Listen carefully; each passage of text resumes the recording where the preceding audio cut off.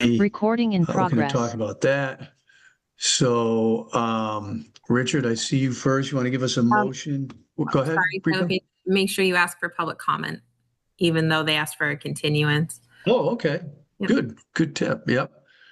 Do we have any public comments or input on the NOI for Nicholas Drive Prospect Street culvert repair?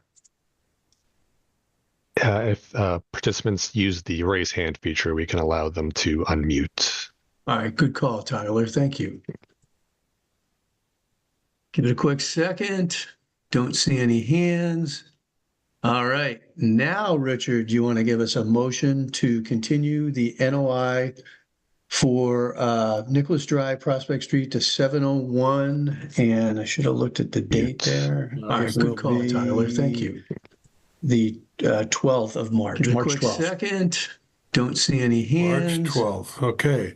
I'll give you a motion to continue the NOI for Nicholas Drive, Prospect Street culvert repair to March 12th, 7:01. A second for that? Second. All right. Vote to continue. All right. Louis? Vote to continue. Nicole? Continue.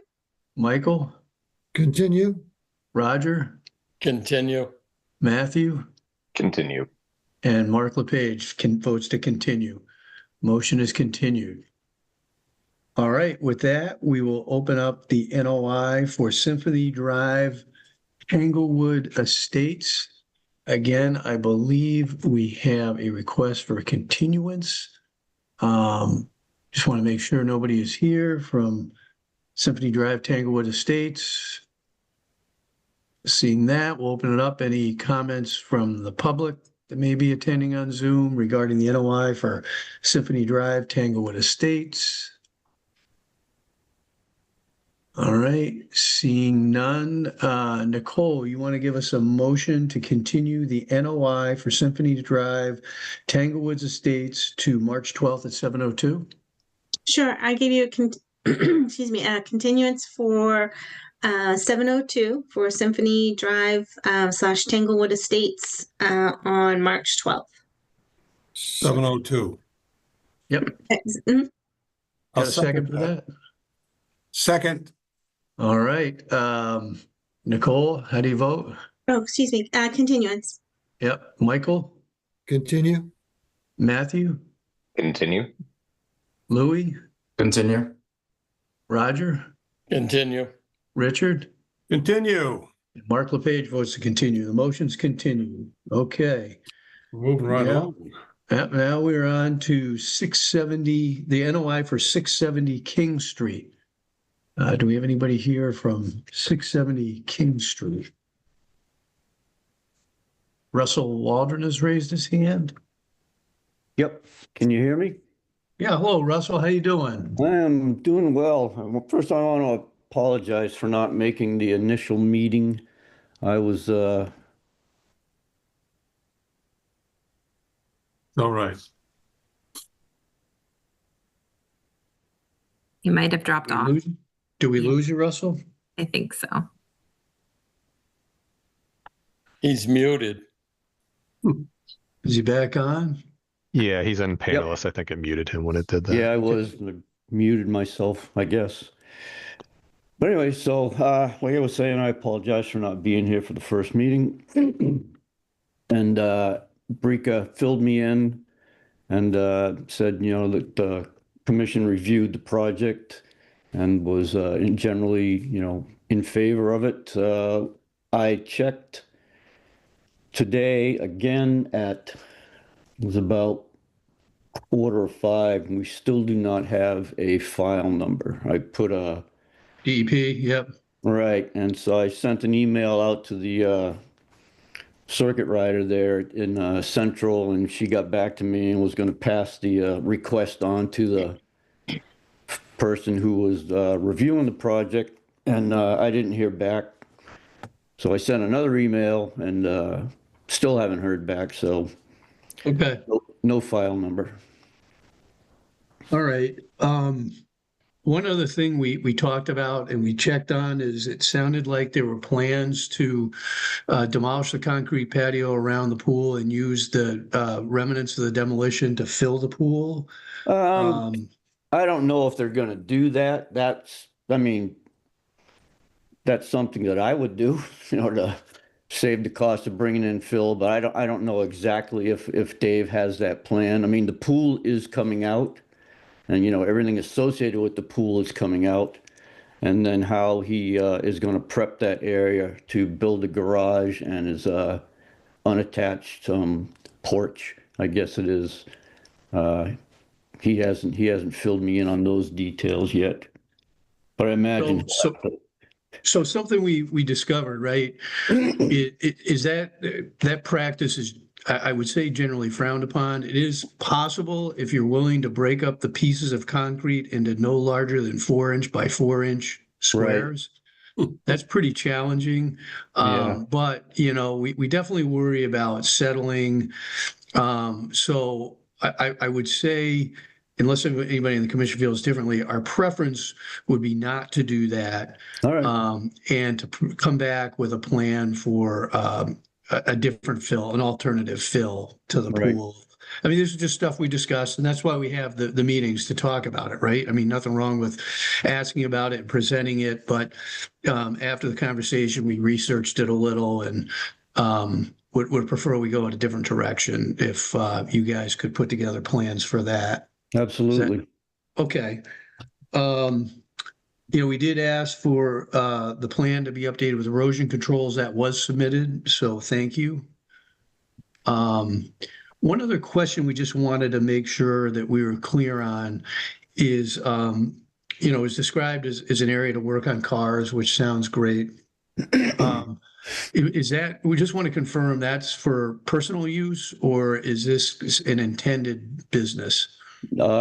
Personal use, as far as I know. Dave's a contractor, I believe. Okay. Yeah. All right. Excavation contractor. Yeah, just would like to make sure. So, those were the questions, at least that I had. I don't know if anybody else on the commission has anything else they would like to ask. I'm good. Okay. No, I'm good. Any questions or comments from the public on 670 King Street? No. Okay. So Russell, right, I know it's not necessarily up to you, but right, we need the DP number. Would like updated plans regarding the fill of the pool. Right, he talked about removing the liner and all that, but still got to fill that hole. And just you said you sounded like you're pretty sure, but like just final confirmation, it's going to be personal use. And I think we would be pretty close to having what we need. Absolutely. I'll confirm all that with Dave. Actually, I won't confirm him. I'll let him know that Okay. no pool remnants are going in the hole. And then, yeah, absolutely. All right. I do see Nicole has a question, but is a heads up, right? So you may have heard this. So our next meeting is March 12th. So you need to get any updated materials to us by a week from today and a week before the next meeting.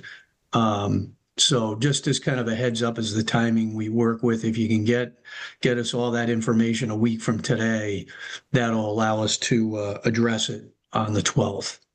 Right. So I'm looking on the construction notes, and I did not, and I know I didn't put it in the project script and regarding filling the pool. So how did that? That was verbal discussion last week or 2 weeks ago, last meeting. We asked the question, how do you plan to fill the pool? And that was the response we got. From a little bit of it. From Dave? Yeah. Oh, so he made the meeting. Actually, hold on. I can tell you who made the comment. Give me 2 minutes here. Because I I- don't think he did. Because he emailed me to ask me how it went. I'm sorry, I spoke too quickly with the name, but I can tell you in a minute. I believe he said he was the contractor. Mike Davis was presenting. Oh, all right, great. So he did make it. Yep. Oh, all right. I'll let him know then. And he also said last time he works on cars and motorcycles as a hobby. As a hobby. Right. Yep, no, he did say that. His reasoning for, And he explained he would be filling the pool with crushed stone. He said he will put the concrete deck that was around the pool as part of the fill. Or he will Okay. remove it, but we just wanted to clarify, right? All right. crushed Very good. stone, yes. Concrete, no. There you go, Richard. Thank you. Yeah. Oh, I'll let him know. No concrete. Yep. Nicole, did you have a comment or question? I did. I'm sorry, I just noticed it. Where's the entrance to the garage going to be, where the cars are going to be going into the place, the garage? I would propose construction access. I would say along that construction access would be my guess. I don't believe he's planning on paving anything. You know, it's just going to be a garage unattached out back that he can go out and I guess work on his cars and motorcycles and do whatever else. Because everything between the house and there is all lawn. Lawn, you know, scattered mature trees and whatnot. But on the plans, it doesn't show, like, where's the door going to be? Are they going to be going through beside the porch, or are they going through the back? Be straight in beside the porch. Okay, thank you. Do you need the plan popped up on the screen? I can do that for where you already have it that you're looking I We've have got it. I have it Go in ahead, front Nicole. of me. Thank you. Oh, I was going to say I have it in front of me. Thank you. Okay, good. Yeah, we've got access to it, Russell, so I'm looking at it too. So as far as a revised plan, would you like a construction note added to it that spells out no concrete? I think that, yeah, Ricolai's nodding. I think that would be fine, Russell. Terrific. I can do that. Okay. Hi, Michael Davis is here. Looks like Michael raised his hand. Yes. Hey, Michael. Can you hear me? Yeah. Okay. I've been trying to figure out how to raise my hand, so I just figured it out. Hey, you got it in the nick of time. Perfect. I did. So yeah, it's going to have 2 garage doors facing the house and an access door. And I work on cars and stuff, but just basically as a hobby. And I don't get the reason why I can't use the cement to go into the hole. Everybody I talk to, that's common practice. And it's going to cost a lot of money to sit there and cut that thing up and get rid of the whole thing. That's going to be a huge expense. Yeah, Ricolai, you got your hand Yeah, up. I can jump in. So I actually spoke to the building commissioner, Gus Brown, yesterday, and he said you can use it, but it has to be 4-inch diameter and you have to bring in a crusher. He will not sign off on a building permit otherwise. And then additionally, you know, the commission had wanted to know if then you're not using that, what are you using? Because that would impact their permitting decision. So if you are going to have to bring in more gravel, if you're going to have to bring in more fill because you're not using the concrete because of building permit restrictions, that's under their purview. Yeah, I'm going to use gravel. Okay. So to Russell's point, you know, if we could add a note in the construction sequence that the concrete, the remnants of the pool patio demolition will be removed and the pool fill will be 100% gravel or something to that effect. That'd be great. Not a problem. Thank you. Thank you, Michael. Okay, thank you. Mark, does it have to be considered clean fill? Yes. There was no boulders in there? Oh, It's not going to be. It's going to be tailings from screened loam. Okay. Good question, Roger. Okay. Okay. Anyone else? Good dialogue. No, Roger, you beat me to that point. Clean fill. We had that on Daniel Street, where, just, Oh, yeah. just to kind of, ensure that, what you're putting in is going to be sound. And the reason to break up the concrete too is because, if you have the bigger chunks, you may not fill in the voids of the sub base there, and potentially over time it can lead to, things if you Gonna be all run over with the compactor and everything. yeah. So you're just, if you could just keep that in mind, just if you're looking to bring in fill, it would have to be a suitable fill. Yeah, it's Free not. of deleterious materials. Oh, Jesus. You can condition that, commissioners, so then it's enforceable as well. Good idea. All right. Any comments or questions from the public on the NOI for 670 King Street? All right. Seeing none. All right. So Russell, yeah, if we can get that information by a week from today, that'd be great. We'll hopefully make some progress on the 12th. With that, let's see. Michael Ryan, you want to give us a motion to continue the NOI for 670 King Street to March 12th at 7:03? I'll give you a motion to continue the NOI for 670 King Street to March 12th at 7:03. All right, so then we have Richard. How do you vote? Vote to continue. All right, Louis. Vote to continue. Nicole, Continue. Michael, Continue. Roger, Continue. Matthew. Continue. All right, Matthew. Sorry. Motion is continued. Russell, Michael, thank you, and look forward to getting that additional information. Seeing you guys on the 12th, hopefully. Thank you much. All right, guys. Bye-bye. Bye. All right, our next NOI is for Lewis Street. Do we have the applicant here? Looks like Stephen from Land Planning raised his hand.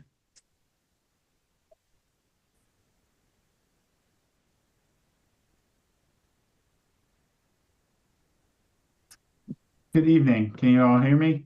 Yeah. Hello, Stephen. How you doing? Good. How are you? Good. So we had a peer review conducted by Beta. We issued a new set of plans, a revised set of plans, including an existing conditions plan per the peer review, and also submitted a response letter to some of those comments. I believe they were on the town website. So if I could share my screen, I just wanted to go over a few items. Okay.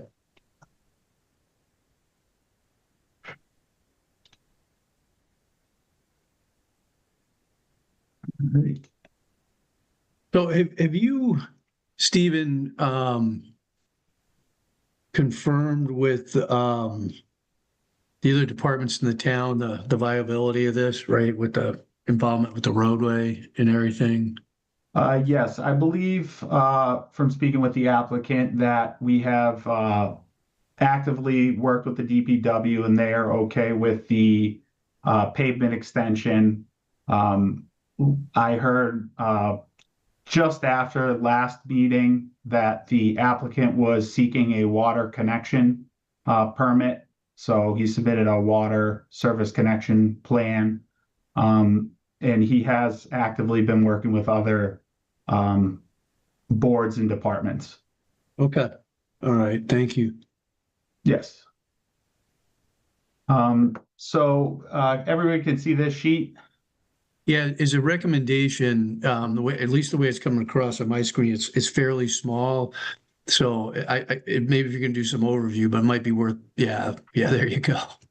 Yeah, so I'll Thank just you. give you kind of the overview. This is the existing condition sheet. It was required, and a few of the comments from the peer reviewer were regarding an existing conditions plan stamped by a PLS. So we've provided an existing conditions plan. It shows basically the big point from the peer review was the tree line. There was a little discrepancy as to what was getting cleared. And at the time we hadn't submit a existing conditions plan, so it was kind of hard to understand. But you can see the existing tree line is here. So it is actually going to take place. The pavement extension and driveway are going to, apron, I should say, are going to be within an existing tree clearing. With the letter, I also submitted this image. It's just a Google Street image that shows, you know, the existing edge of the pavement and then the tree clearing up to the head wall. This area right here is roughly where that head wall is. Okay. So that's just a confirmation of where the tree line is. Other things to note on this plan, I made it a point so that we could see our delineated line. We'll speak to it in a little bit. However, we haven't revised it. This is the drainage channel with the head wall. You can kind of see it under there, the head wall here and the discharge pipe. So A1 through like A10, this being the channel and this being the intersection point of the channel with the BVW adjacent to it. Aside from that, that was it. The existing conditions plan, 25, 50, 100-foot buffer zones, jurisdictional areas indicated. Regarding the site plan, so these wetland lines, and we can kind of start talking about it now, is there was kind of some discussion after a review from the peer reviewer that they believe the line was more or less in here. I saw a supplement document on the town website. The applicant informed me that no additional revised flags were hung. So for me, I just want some clarification as to how the commission would like to proceed. Is this something we would have to flag and then have re-reviewed? And what's the timeline of that? Or should we utilize the overlay from the peer reviewer that was submitted? I believe it was this here. I can speak to that. So typically, right, Beta is not going to delineate on behalf of the applicant since they're peer reviewing for the commission. So you or whoever you had go out will have to reevaluate. And then yes, those flags will have to be reconfirmed. Okay. All right. So I will take a look at that. One thing, which this is just scaled from our plan, it was kind of drawn in. I did a quick overlay. If this line was what was actually flagged and confirmed in the field, any amendments, everywhere else, it was pretty much in agreement. It was just through here. I did a quick overlay that showed if I held that line, the offset doesn't really impact our lot very much. So this purple line being the revised line pending, you know, confirmation, the only deviation would be off of our property and then a small amendment to the wooded area that we're not touching. So at this point, does the commission feel that it would be necessary to really delineate this per the beta review? Because any deviations in this area are still not going to impact the project. I would say my preference would have the plan be accurate. I don't know how, anybody else feels about that. So what are we talking here to delineate this? Are we talking, where are you going to, we're thinking this information isn't accurate, or that it's, it's flawed, or do we have to go back out in the field and restake it or something? What's the issue? Yeah, we reflag that curved line, right? So there's the existing delineation, which is the, wetland feature itself, features, right? Yep. And that curved line is where Beta feels actually the edge of the wetland feature is. So, I think the point here, and I understand Stephen's comment about maybe de minimis impact on the lot itself, but I feel like it's better to have a site plan that's actually accurate to what's going on out there, irregardless. And I also think it's a little germane, and this is even something we wanted to talk about, right? I mean, I think part of what we're looking at with the road extension is a place to plow snow when the road gets plowed, right?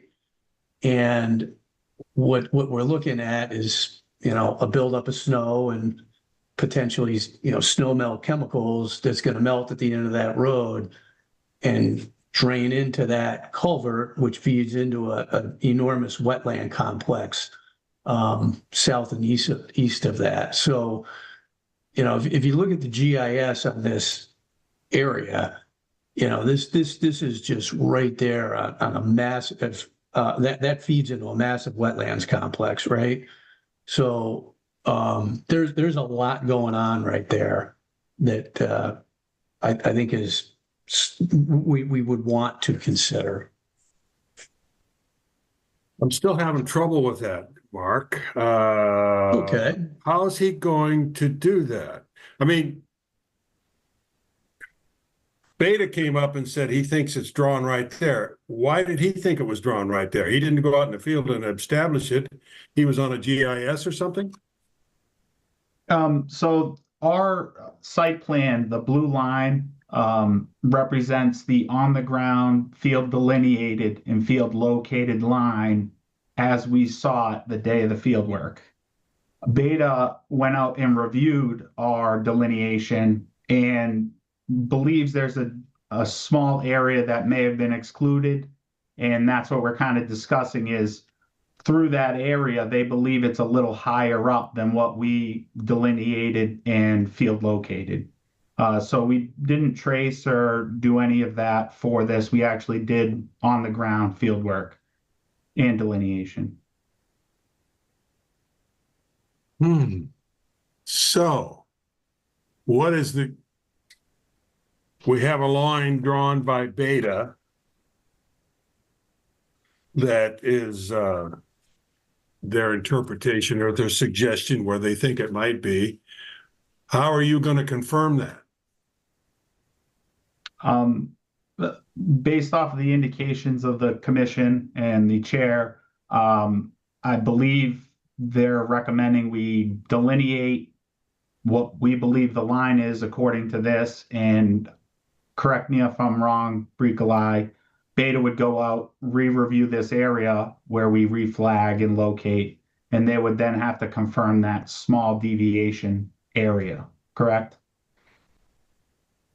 Yes. And then if I could just take a few minutes or seconds to provide more context. So this is very common, if you recall, commissioners, with Populatic Street, lines have to be revised all the time. Beta merely drew in PDF where that line is, but Beta cannot say, hey, applicant, you need to put your line, like the applicant needs to demonstrate that they're doing the work first, because Beta does not delineate on behalf of whoever the client is. They review on our end. So the comment specifically that we're referring to is W1 in the peer review. So Beta noticed hydric soils in this area and significant vegetation, dominant vegetation within this area that made them believe this is where the wetland line is. It's difficult for them to confirm as well what Stephen was thinking on the ground, because we don't have the data sheets, which is a separate issue. But so yes, Beta's asking, hey, go back out, reevaluate we'll come back and we'll look. Common practice happens with almost every project. Happened with Stobart's. It happened with 121 Grove Street. This is the volley that we have. Okay. So you're going to go out and take a look. Yeah, they're going to go reanalyze, potentially Good. reflag based on Beta's input.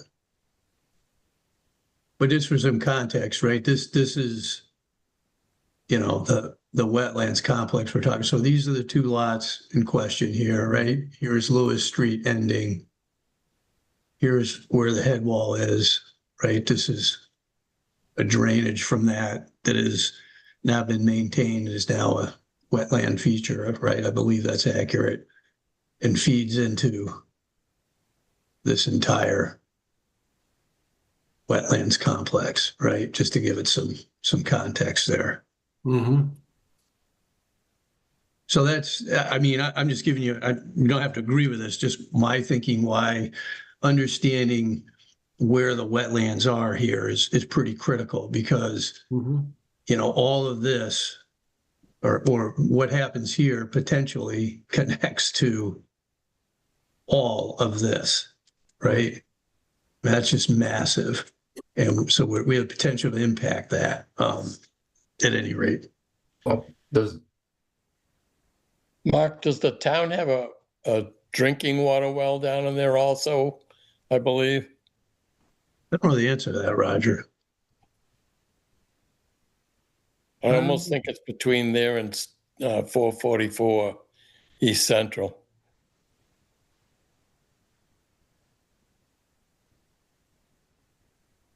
Should be able to turn it on for layers. There should be like a wellhead protection area. I can pull it up. Hold on. Let me see if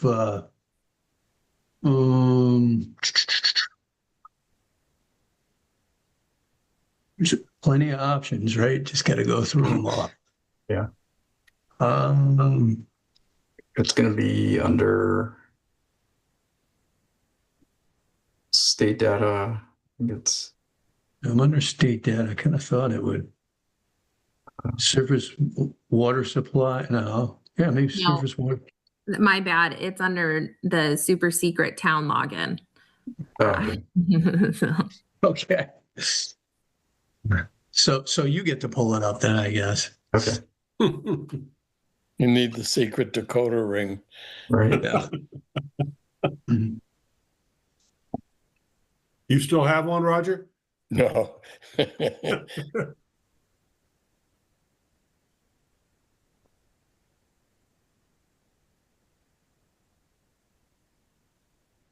Regular, while you pull that up, I think my comment on this is where we're having this discussion about where that's delineated. That's on the proposed street that they're looking to Exchange, right. to install. So even though you're looking at just the lots that are vacant and the two lots, but there's after that's done, you still have an impact of further down outside the property that it would have to be considered as well, like what that looks like. I don't know if this is I think we start talking about that as well, because I think it's not it's not their property, it's town property. So, but it is, to make this happen, you're gonna have to also address that as well.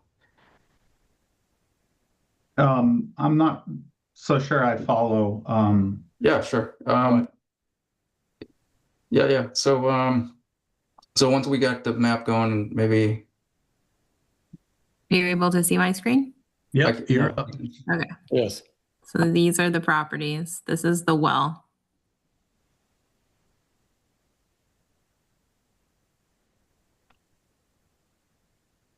Okay. So from where my cursor is. There you go. Okay. Yeah. Yep. to here. Well, now I can see the two lots. Yep. I'll do that first. There you go. Actually, that's perfect. And then, there you go. Yep. Yeah, I believe it was also noted in the, as a requirement, the project narrative. I believe there was a section regarding wellhead protection, zone 1, 2. We have a max threshold for the property as far as impervious of 2,500. Right now we're proposing 1,800. So we are under that threshold. I believe it was noted in the project narrative. When the applicant seeks a building permit, being a zoning related overlay, will be putting those figures on the survey plot plan proposed. So, Okay.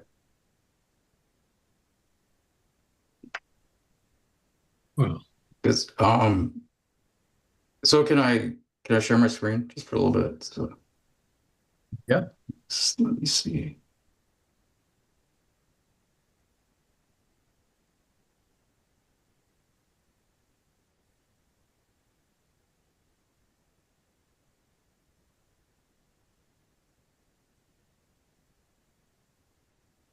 So this is what I was talking about, is these are the two lots that you're presenting tonight that you're looking to build. This is from the town GIS, but essentially this is what you have on your plans. So in order to make this turnaround happen, you will most likely be impacting what we're discussing here today, the delineation on this side. But also this right here is going to be shifted down. So it's not currently you're discussing the construction of these two lots, but like I said, in order to make this happen, you're also, the second order effects is also this, this wetland to be impacted, or at least some of the features here to be impacted. So I think that's kind of my point here.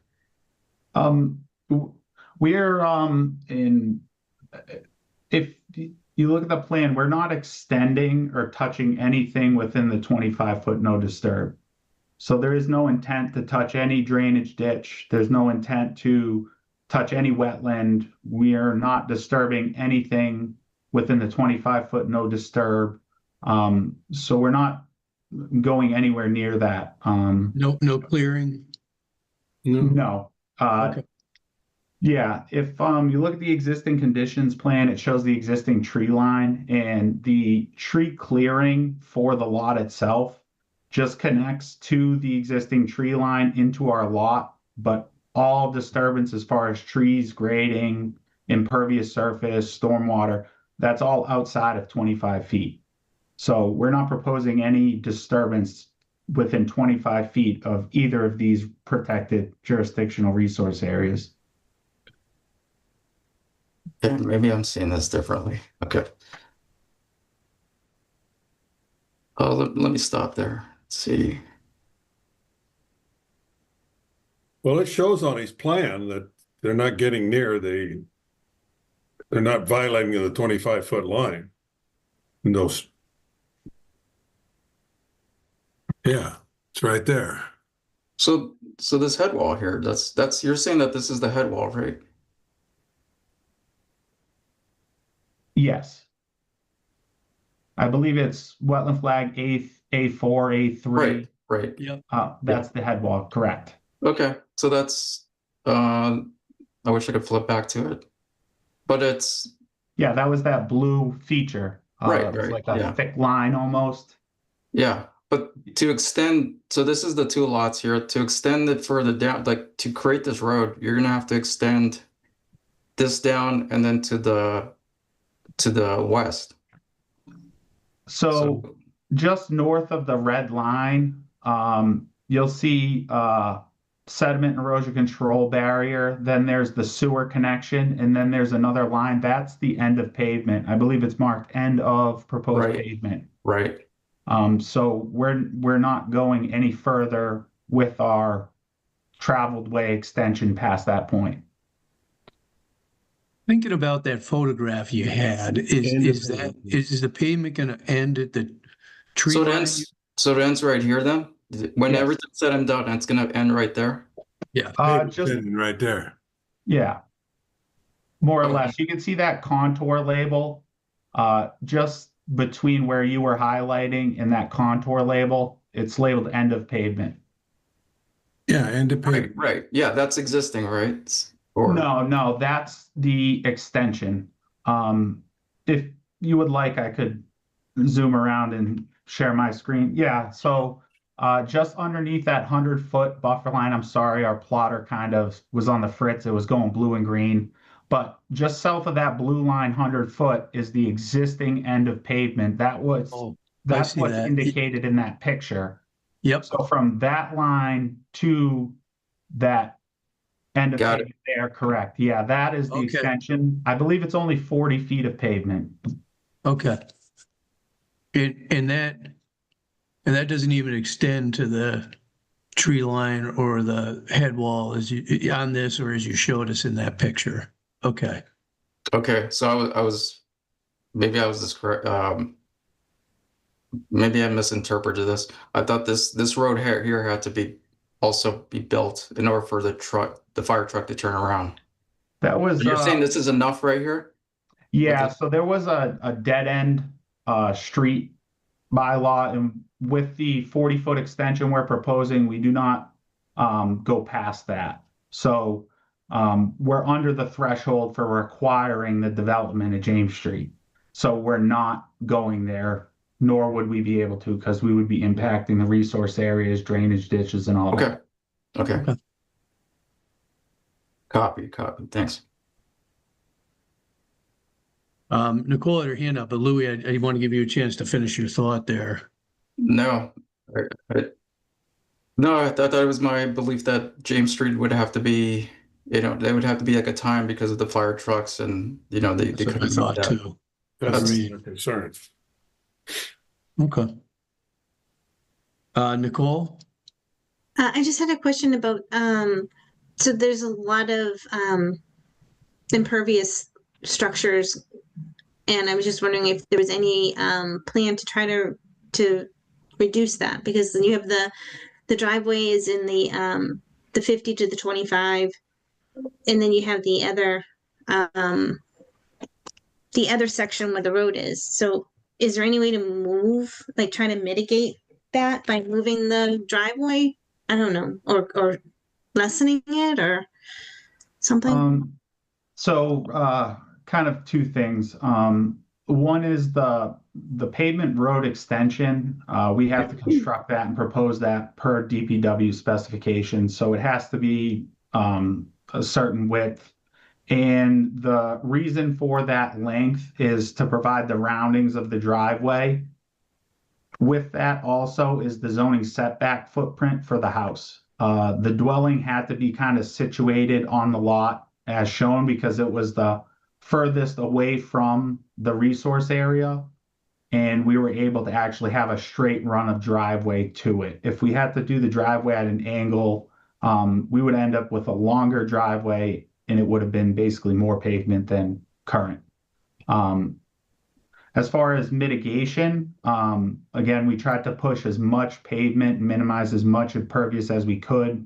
As I kind of mentioned in the previous meeting, we're proposing recharge of the volume of water from the increase in pavement. So we're going to recharge groundwater. Another note regarding the beta review is we've also put on the plan 6 blueberry bushes, high bush blueberry. They're right at the tree clearing outside of the 25-foot. So they've been marked on the plan as well. Okay, that when you're going to recharge the groundwater, it's treated, right? So the roof runoff doesn't have to be treated. So we're putting the roof runoff into a gutter system and then into the infiltration chamber system that's a common practice for infiltrating roof runoff. It might be common, but so the driveway, can't it be flipped and have it well, I guess it wouldn't, because then you'd still have more.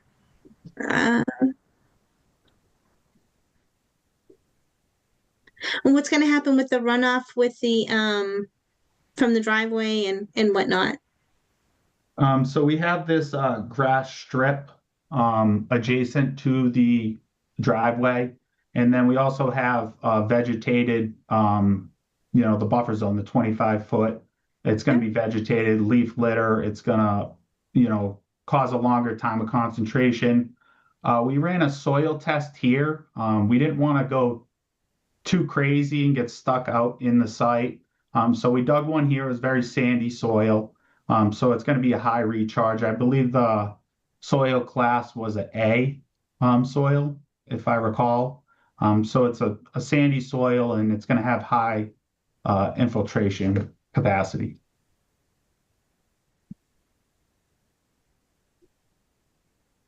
And what's the what is the area for the grassy area? So the existing tree line comes like this. So we're basically cutting the tree line like this, and we're proposing lawn, just turf grass lawn. We had to side slope and meet building code slopes. So this whole area here is going to be lawn, and I marked it per the review comment. It's just going to be turf grass. So everywhere inside of here that is not pavement, driveway, or roof area is going to be lawn. Excuse me. Okay, thank you. Yes. Did you say this, Stephen? What's the percentage of impervious in the 50 to 100 foot? The 50 to 100 foot, did I? Yes. So I had on the initial submission, I did not put it there. I thought I noted it. 1 second. I think it's on the other side of the plans. I think that's where I had seen it, on the right-hand side. Yeah, so let me pull this. This is the letter we provided the commission.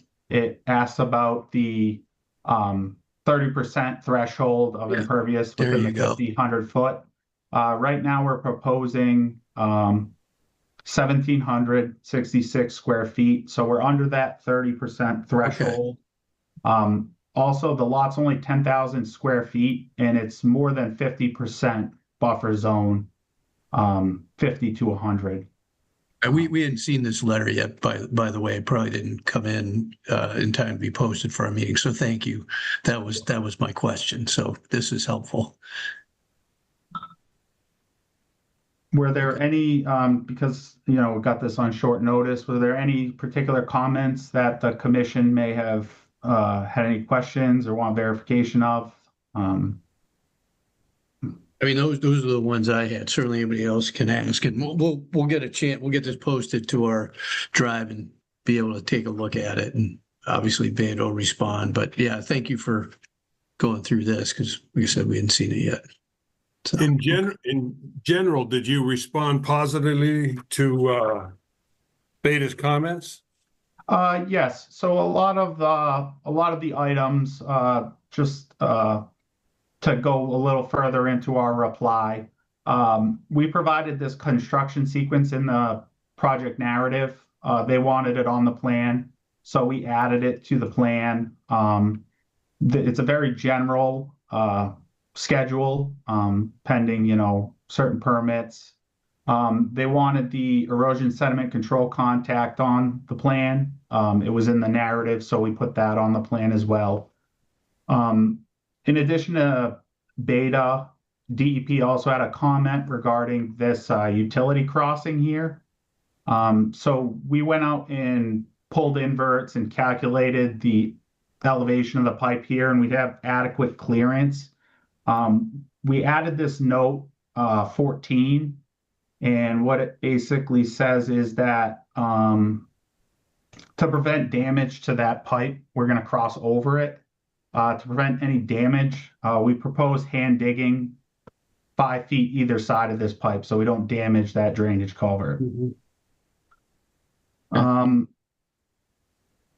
There were some comments regarding plantings. Like I said before, we're proposing 6 high blueberry along this 25-foot buffer at the edge of our lawn limit. just to provide some plantings.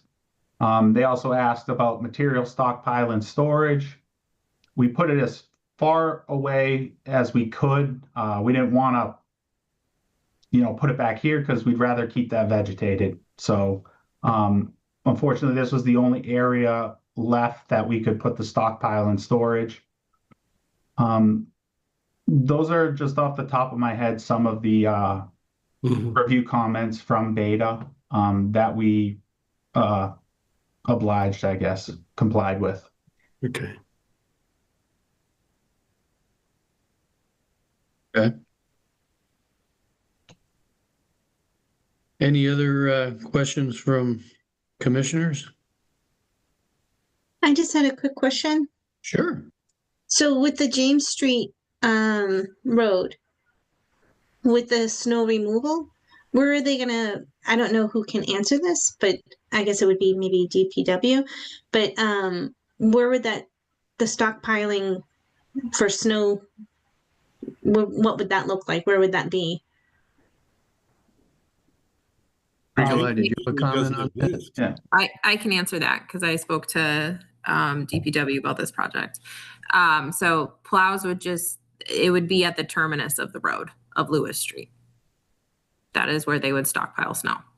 That is why they have asked that the road be continued slightly beyond the driveway.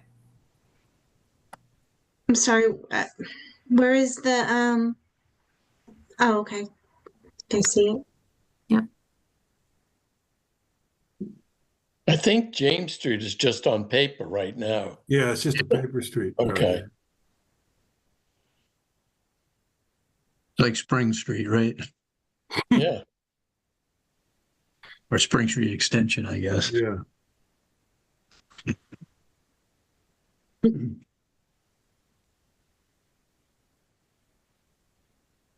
All right, so any other questions, commissioners? Good conversation. Any comments or questions from the public? Okay, so Stephen, we're looking to have that recommended redelineation from Beta, right? You submitted a response, we'll get their comments back.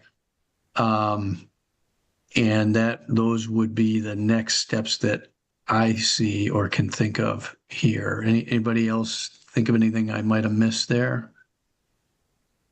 Stephen, does that make sense to you? Yes, so field delineation, locate, and then have Beta review it, revise the plans accordingly.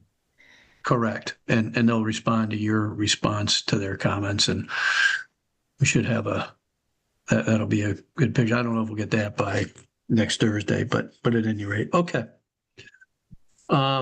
Any other information or questions you have for us, Stephen? Not at this time. Okay, well, thank you for the information, the presentation, and the detail. Appreciate that. With that, Matthew, you want to give us a motion to continue the NOI for Lewis Street to 7:04 p.m. on March 12th? Be happy to give you a motion to continue the NOI for Lewis Street to the 12th of March at 7:04 p.m.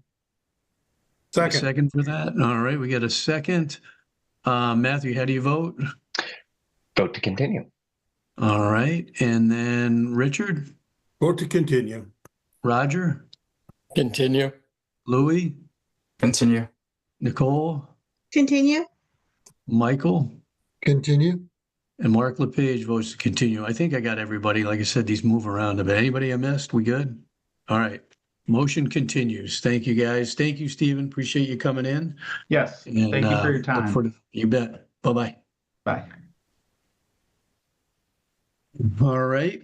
With that, we will open up the NOI for 47 Partridge Street.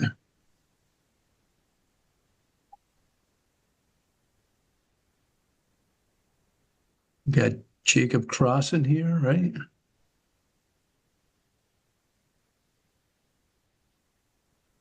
Roger, you remember this one? I do. Didn't you get a tick bite, Roger? Isn't that you the got a story? tick bite. Word on the street. Picked up Hello, Jacob. You're muted. There you Can go. you see and hear me all right now? Yeah, we got you. Great. So hello, everyone. My name is Jacob Crossan. I'm a wetland scientist with Goddard Consulting. I believe I'm also joined by the engineer on the project, Rick Goodall from United Consultants, Inc., and I'm presenting on behalf of the applicant, Donovan Family Realty Trust. Okay. Let me share my screen real quick. Can you all see this all right? Yep. Great. So beginning with the existing conditions, the property is located at 47 Partridge Street, which is this parcel over here. Currently consists of a single family house with a driveway and a manicured lawn. The entire locus site for the project includes these two parcels to the west as well. The entire site is currently undeveloped and consists of manicured meadow at approximately 11.6 acres. To the west of the site, a BVW system is present, marked by this dark blue line. This casts a 25-foot no disturb and a 50-foot no build buffer zone under the bylaw, in addition to a 100-foot buffer zone under the Wetlands Protection Act. Additionally, internal to the BVW, a perennial stream is shown with this thicker pink line. This casts a 200-foot riverfront area. In addition, this highlighted yellow line here is the 168.8-foot contour, marking the upper end of bordering land subject to flooding. So all this land down gradient is classified as BLSF. So looking at the proposed conditions, the applicant is proposing an 8-lot subdivision. One of these lots will contain the existing single-family house with 7 other single-family houses proposed for construction, with a 9th lot for the construction of structural stormwater management in the form of an infiltration basin. Only one of these proposed houses is within jurisdiction, so the vast majority of the proposed work is outside of jurisdiction, with the majority of work inside jurisdiction related to simply grading. So I kind of want to go resource area by resource area and break down the alterations. So for buffer zone to BVW, no work is proposed within the BVW or the no disturb zone itself. Within the no build zone, approximately 5,961 square feet of grading is proposed. This is in the form of grading for the infiltration basin shown in green down here, as well as grading to create compensatory flood storage up here, which I'll go into more in a minute. Between the 50 and 100 foot, approximately 30,339 square feet of, again, primarily grading is proposed for the stormwater basin. The only impervious surface proposed to be constructed within the buffer zone is this tiny sliver of the single family house up here at approximately 257 square feet. Again, all the other houses are outside of jurisdiction. Real quick, is that a zoning setback that requires it to pop into the 50 to 100? I am not entirely sure, but I can double check for that with you.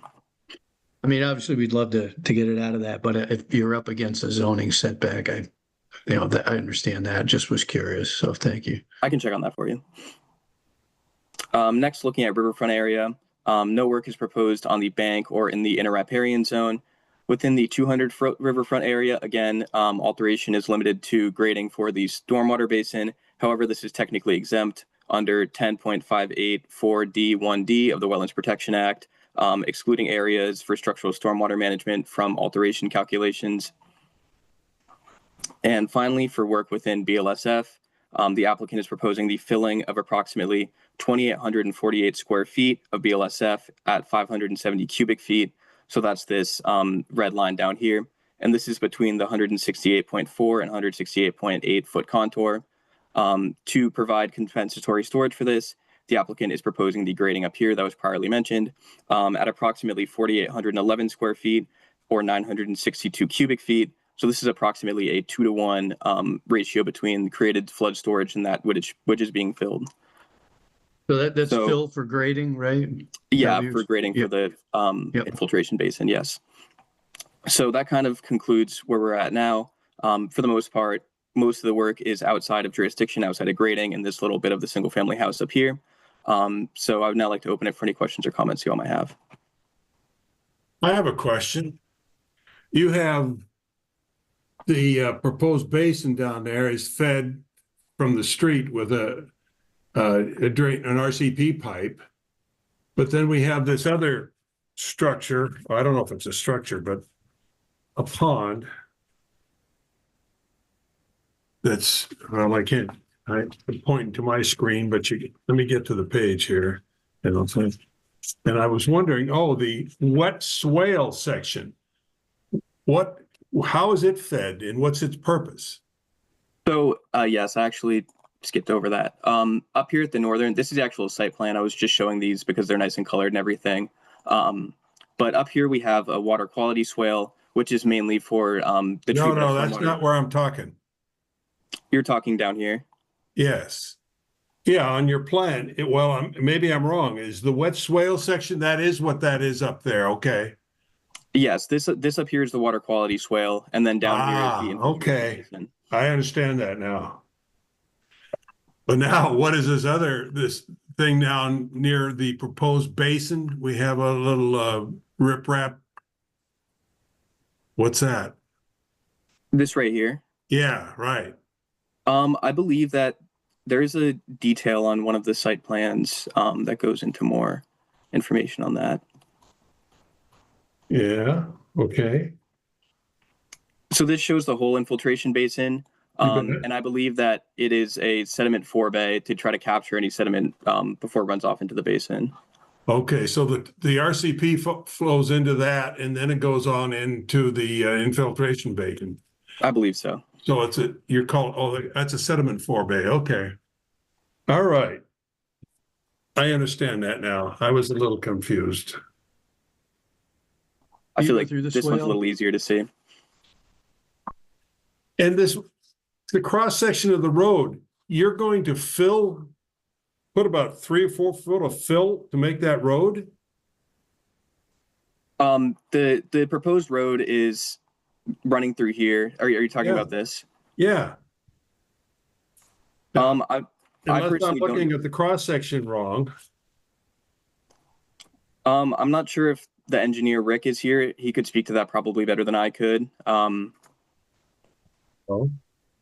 Yes, I am here and I am on. And just to elaborate on a few things, Jacob did a great job explaining things. So just to jump back, the RCP pipe from the roadway will be directed to the sediment forebay for additional TSS removal, and then that will be directed to the infiltration basin. That number one. Number two, the front section, approximately 100 feet of the road, will be directed to that wet water quality swale. And the reason for that was the depth of groundwater out on this site is very minimal. And the road is being elevated upwards of 5 feet, maybe 6 feet in the worst case scenario. And the reason for that was the planning board had asked us to actually further elevate the road such that we would be able to provide additional cover over the drain pipes and increase the pipe slope. We had designed the pipe slopes at approximately 0.004%. They asked us to increase those slopes. They were worried about the flushing velocity within the pipes. So to accomplish that at the first 2 catch basins at approximately station 100, we had to elevate the roadway in that area. And then that carried through to allow for that pipe running from the road to the sediment forebay, and then from the sediment forebay to the infiltration basin to be increased in slope as well. So from approximately station 200 to the cul-de-sac, which is around station 600 at the center of the cul-de-sac, the road was elevated approximately 0.5 foot to accomplish the pipe slope change, exiting the roadway, going towards the stormwater facilities. And then the front section of the road was raised various heights upwards of 1 foot, just over 1 foot, due to a vertical curve readjustment. So yes, you are correct. The road is being filled. Certainly more on the side where the infiltration basin and the swale are located, as the existing topography increases in height as you head away from the drainage structures. So northward from the proposed basin, you're going to be filling all those lots to bring them up to grade, right? Let me just get let me just try to. So 178, 177, 176, 170. I'm just trying to get oriented. What do these 3 round circles represent? those are material stockpiles. This is the erosion control plan. So those are where the material stockpiles would be located. You can see just to the northeast of that, the stabilized construction entrance, which would blend into the existing paved driveway. So we'll clean the truck and vehicle tires and equipment tracking there, and then they can exit the site on to the existing driveway. That's why you see the stone apron goes into a triangular figure to the north. So I was just trying to get my orientation as to where north was, because it's not shown on the plan that's on the screen. I do have the paper copies in front of me. So the east side of the road will not be filled quite as much as the west side of the road. That's true. And the east side is basically plan right, and the west side is plan left, as Right. you're seeing the plan on the screen. Yep. Okay.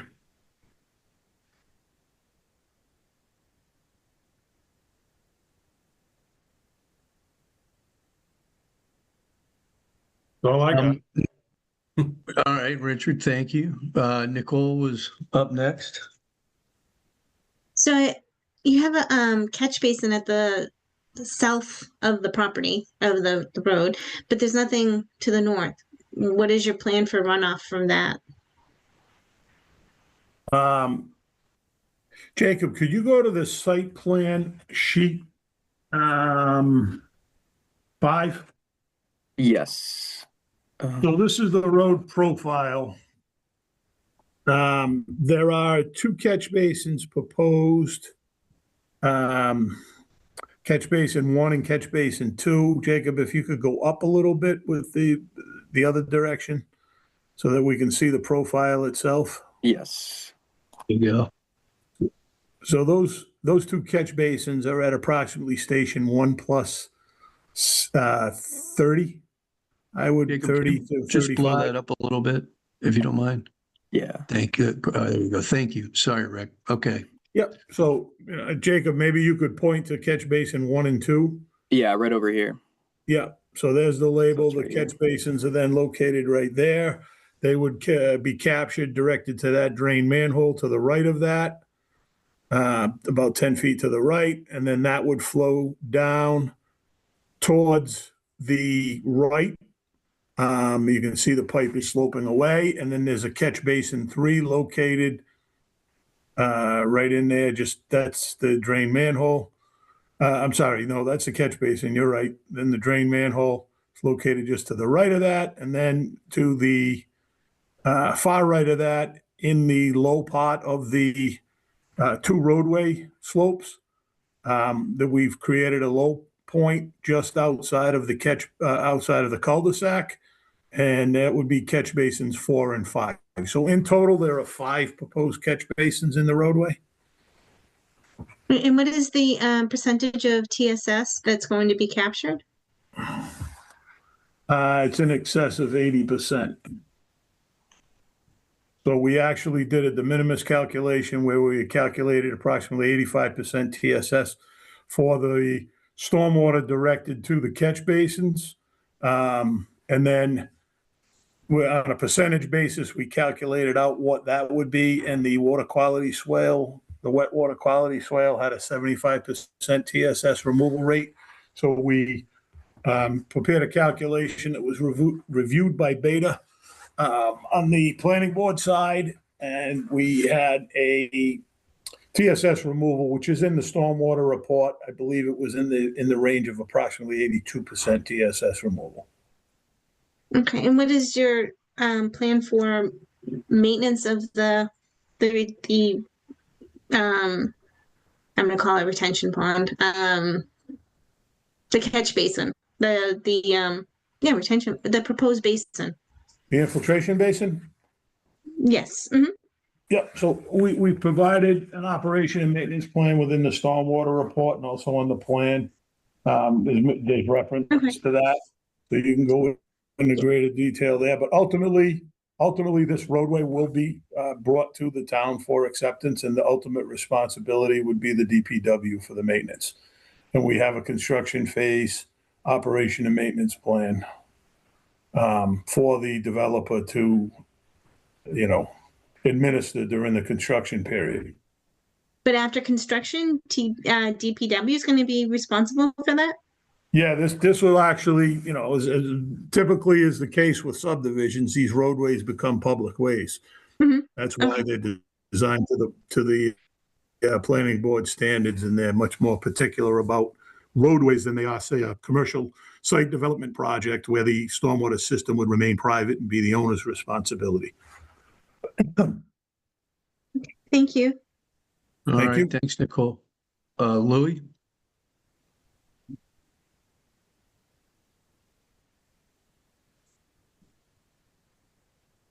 Louis, muted? Louis, you're muted. I am. Thanks. No worries.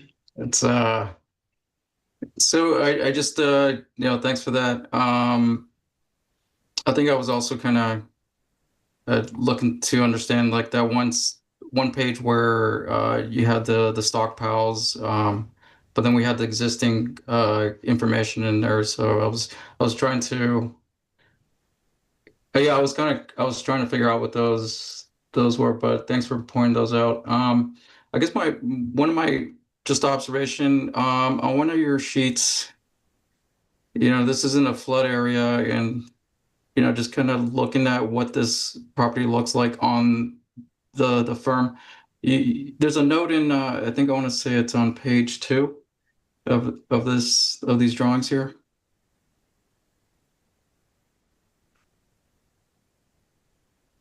On this one here? It's gonna be like page sheet 2. So, or in the submission, it's number 4 out of 15. I can show it to you. Let me screen share. Yeah, let me stop sharing. Yeah, sure.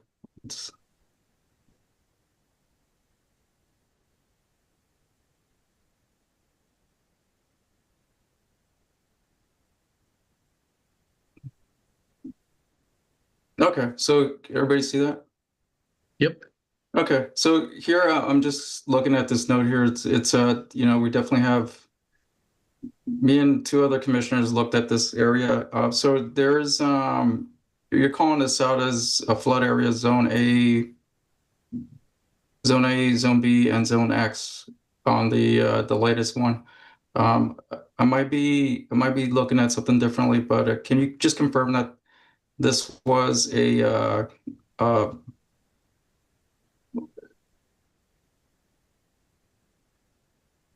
what I'm looking at is different zones. So I'm looking at AE here, and then I'm looking at I think it's when you zoom out, it shows A on the very south there, but I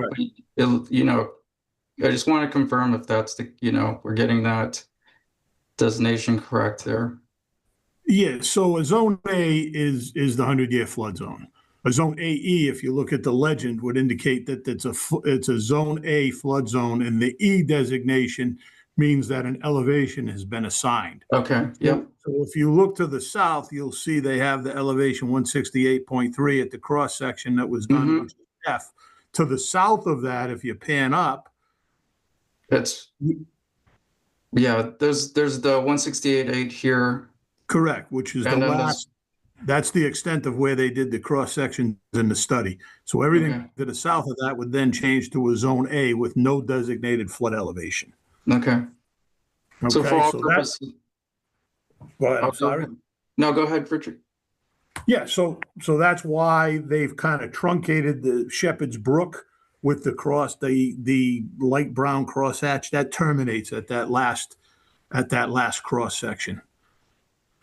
So just to refresh the commission's memory from earlier this year, one of the comments that Beta had indicated and brought to our attention was that the FEMA was in the process of possibly making revisions to the flood maps, and we were looking for confirmation of all the wetland resource areas, inclusive of bordering land subject to flooding.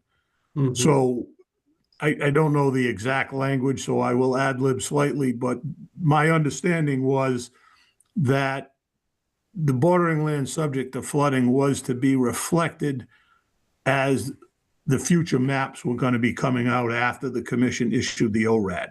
So that's why we have looked at this July 2025 map, and it included the flood elevation from that as opposed to what we had asked the commission to approve in early 2025 prior to the maps coming out. So I think we have the most up-to-date data from July of 2025 represented on the plan. Okay. Yeah, because I remember visiting the site as, believe it was like before the new maps came out. So that's correct. That's okay. correct. And So Beta came up with a creative solution to allow for the BLSF to be quasi-approved subject to these new maps. And that's in essence what we did. Okay. So like the stormwater study, the plans themselves that take into account this information. Yes, it's just that on the drawing itself, you're saying that it's, you know, we don't have to spell out AE in there. I mean, it's a zone A. The E designation, again, if you look at it, is just the indication that there's an elevation. That's just how FEMA distinguishes between areas that were studied and areas that were not. Now, I hate to bring up bad memories, but I think the commission's aware of a zone A where there was no elevation on a project that was recently brought through for permitting Stobots. And that's the difference, is this one has an elevation that was assigned by a FEMA study where they actually did a flood study.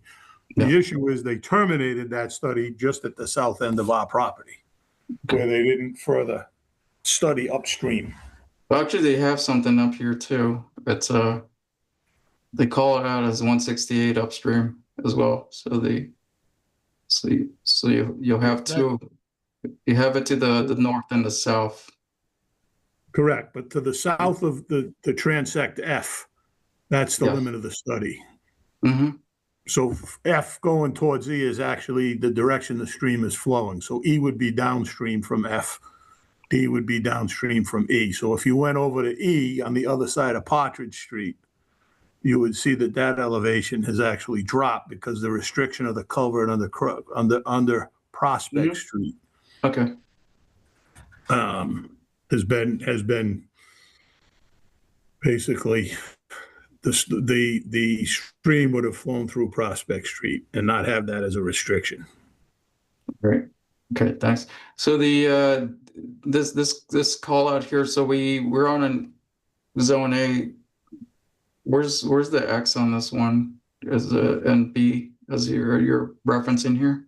So if you can go back to the flood map, I believe the B is the tan color. This right here? Yeah. So if you look down into the legend below, you'll see the tan is I believe it's a 2% chance, and that's referred to as the 500-year flood area. You're talking about this right here? Correct. Okay. And then the zone X is everything, in our case, to the east of that. That's not within the A or the B. Okay. I guess you have better eyes than I do at this point. So, sick. Well, thanks for that. I'm just, getting not only for myself, but I guess the commissioners to understand the, how when you get close to flood areas, you start taking a look at more information and how does that overlay into the project itself. I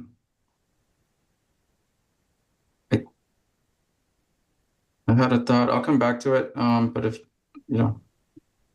I think this was my main question here for this. Sure. I hope I answered your questions. You did. Thanks. All right. Thanks, Louis. Any other questions from the commission? All right. Any questions or comments from the public? All right, Jacob and Rick, anything further? We'll get Beta's eyes on this, and appreciate the initial presentation tonight and the going through the detail. But anything else from you guys? I don't believe so at this time for me. No, I Okay. think we're all set at this time. Thank you. All right, thanks. All right, with that, Nicole, do you want to give us a motion to continue the NOI for 47 Partridge Street to March 12th at 7:05? I give a motion to continue the NOI for 47 Partridge Street for 7:05 on March 12th. Second. All right, Louis, Vote to continue. Nicole, Continue. Michael, Continue. Matthew, Continue. Roger, Vote to continue. Richard, Vote to continue. Mark LePage votes to continue. Motion is continued. Rick and Jacob, thank you guys and appreciate you coming in to go through it. Thank you, everyone. Have a good night. All right, Have good a good night. night. All right. That closes our public hearings. And with that, we are on to MBZAs. And our first one is 76 Plain Street. Anybody here from 76 Plain Street? There we go. We have, looks like Lisa. No, this is Gerard. I'm on Lisa's phone. Oh, okay. I'm sorry. What was your name? Gerard. Gerard, how are you? Thanks. Good. Do you want to give us just a quick overview of what you're looking to accomplish here? I'm looking to take down 4 extremely large pine trees that are overhanging my structure. Hey, Gerard, Yeah. we're getting an echo. I don't know are you listening in on your computer as well as on the phone? I'm not sure. I'm his wife. I have hearing aids and it's going through my hearing aids and he has to have the computer on so he can hear it.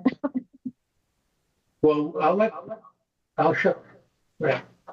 Now you can't hear it. Now we can hear you, Go Lisa. through you. How's that? Is that better? There you go. That's great. Sorry for the inconvenience. We're just having a tough time understanding you and we want to be able to listen through, right? So No, that's sounds fine. good. Over. So there's 4 pine trees in excess of 100 feet. 3 of them overhang my structure, and I'm now financially able to take them down. I had the estimator from Sharon Tree came out. He looked across the street and said, I will not give you an estimate unless you go to conservation and get their permission. Okay. Bricolai, any comments on this? These trees, the wetland is actually across the street, so this is within the 50 to 100 foot. So I would absolutely recommend an approval. Seems pretty simple. Any questions or comments from the commission? All right, Matthew, you want to give us a motion to approve the MBZA for 76 Plain Street?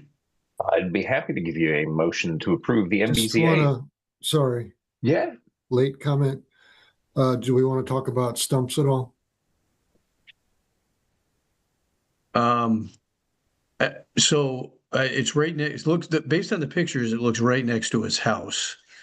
So I don't know, actually question Gerard, do you have plans for the stumps? Would you be comfortable leaving the stumps in place? Do you have a thought as to what your, The board would prefer me to leave the stumps can stay. It doesn't matter to me.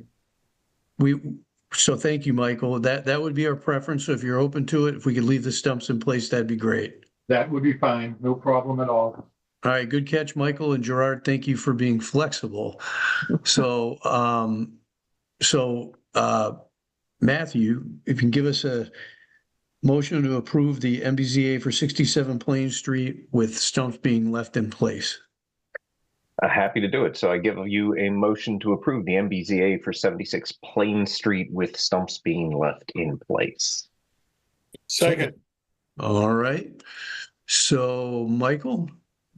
Approve. Matthew? Approve. Louis? Approve. Nicole? Approve. Roger? Approve. Richard? Approve. And Mark votes to approve. Gerard and Lisa, thank you for coming in, taking the time to put in the MBZA and walking us through it. It is approved. Hopefully you can get those trees down successfully. Thank you very much. Thank you. All right.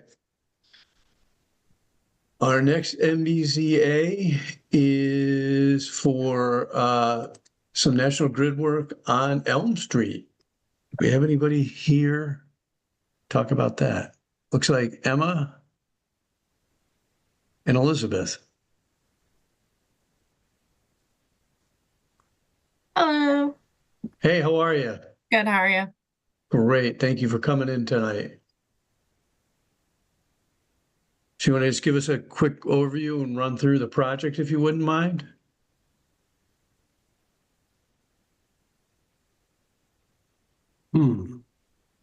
Oh, did we lose him? I'm back now. Can you hear me? Okay. All right, great. Thank you, Emma. It appears when you joined as panelists got kicked off, but no worries, back now. So I'm Emma with Swicka Environmental Consultants, along with Elizabeth Martin, representing National Grid. We potentially also have Matthew Todd from National Grid here as well. And the project would involve the installation of pole 250, a new mid-span pole between pole 2 and pole 3 along Elm Street, along with a recloser bypass switch and communication unit. I'm just curious, so what's driving the need for the new pole? The new mid-span pole, it will help to prevent any sagging of the lines, and also the communication unit. The purpose of that is used to ensure that the available supply of electricity is equal to the demand that's needed to ensure the reliability and safety of the electrical grid. That's good. Okay. Well, thank you. Thank you for the explanation. I was just curious. Those are really the only question I had. Nicole? Oh, go ahead. I didn't mean to. No, go ahead. I was ready. No, that was the question I had. So you're up. Oh, I noticed in the erosion controls you have listed straw wattles. We don't allow straw wattles. Are you open to a more sustainable material? Compost socked. Oh yeah, of course. Let's see. Good catch, Nicole. Thank you for that. I just want to confirm, so straw is not okay either. I did see that hay bales and filter fabric were not allowed under the Franklin Best Development Practices Guidebook. Yeah, we prefer no straw and compostable socks if we could. If you're open to that, that would be preferable. So thank you. Yes, of course. Okay. Good catch, Nicole. Anybody else? Yep, that's All right. So with that, Roger, I don't think you've proposed anything tonight. I haven't proposed, no. You can give us a motion to approve the Elm Street National Grid pole project with the condition that compost socks be used for erosion control. Okay, I'll make a motion to approve the MBZA for Elm Street pole installation for National Grid with a compostable sock. All right. Got a second for that? Second. All right. Roger, how do you vote? Approve. All right. Richard? Approve. Louis? Approve. Nicole? Approve. Michael? Approve. Matthew? Approve. Richard? I approved it already. I'll try to give you twice. Like I said, you guys move around when you start talking. So, and Mark LePage approves. So the MBZA is approved. Thank you, Emma, for coming in and taking the time to give us the overview and the explanation, and for working with us on compost socks. We do appreciate it. Thank you all. Have a good night. Yeah, you too. Okay. All right.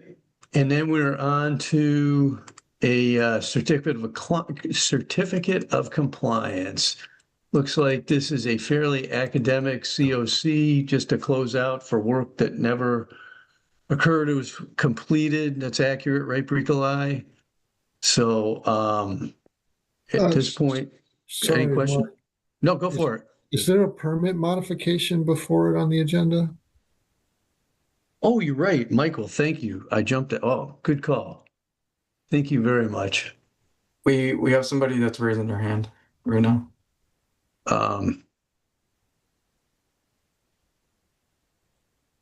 Do you have we just see a phone number. We don't see a name. So 774-423. I believe that's Brian Thayer, the homeowner. Yeah, I took down his number. So if he hits star 6, that should unmute his phone. Okay.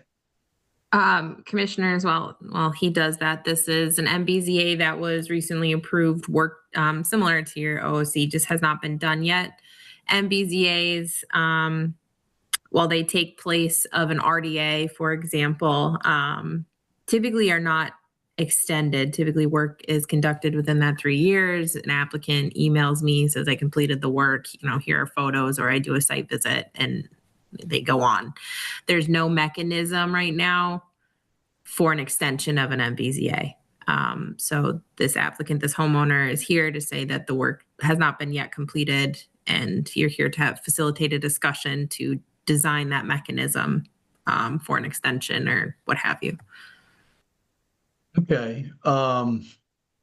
So procedurally, thank you for the input. Procedurally, is there something different we need to do besides agreeing that we will entertain that type of motion and then agreeing to it? Do you have a recommendation on that? Sorry to. No, you're okay. I was, apologies. I was putting my tea steeper by the sink. I digress. Anyways, no, I think because this is your own local permit, you can definitely vote to extend it. We could just reissue, right? The applicant wouldn't need to repay a filing fee. For example, you waive filing fees. Yep. We've done that before. Right. Yeah. And then you could just sign a new MBZA and reissue the same thing, so long as the scope of work has not changed. Okay. Thank you for the input. So Ryan, are you able to talk to us now?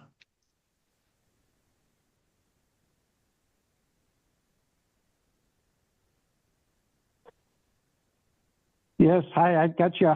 The work hey, is Ryan. the same. It is Ryan, correct? It's B as in Brian. Oh, Brian. Okay, glad I asked. Thank you. That's okay. Yeah, all we see is your phone number, so rather have a name with a number, I guess. So you want to give us a quick overview? A quick overview of what's going on here? Yeah. So I'm looking for an extension so we can finish the project. I'm looking to start with putting in the fence, approximately 96 feet of fence. We have 12 steel fence posts going in, and we have 12-inch by 10-inch wide concrete to hold the post up. We still have? And yep, you're still good. Right okay. And to the right of the property line and 70 feet from the no-touch line, touch zone, I'm sorry, 4 fence posts will need to be installed around. We're also talking about a swimming pool. I'm sorry, I got ahead of myself. We're also looking for a extension on the swimming pool, which will be 4 fence posts will be needed to be installed around the pool ladder. And then the final would be grass would be removed with a pool liner would be installed, and a bed of sand would be laid to protect the liner. And we would plant a minimum of 12 plants along 10 plantings along the fence line. Hopefully you got that. Yep. So just curious, what happened that it was thought something you thought you were going to do in 2023 and didn't happen? Basically, it's my health. Oh, okay. Well, I'm sorry to hear that. That's Yeah, fine. yeah. Okay. I was in the Brigham for quite a while. Oh, geez. Okay. All right. Got it. Got it. So same. So you're. I'm looking at the pictures here, right? So you're putting in a pool. So you can start with the fence, then you're putting a pool inside the fence, right? Yeah.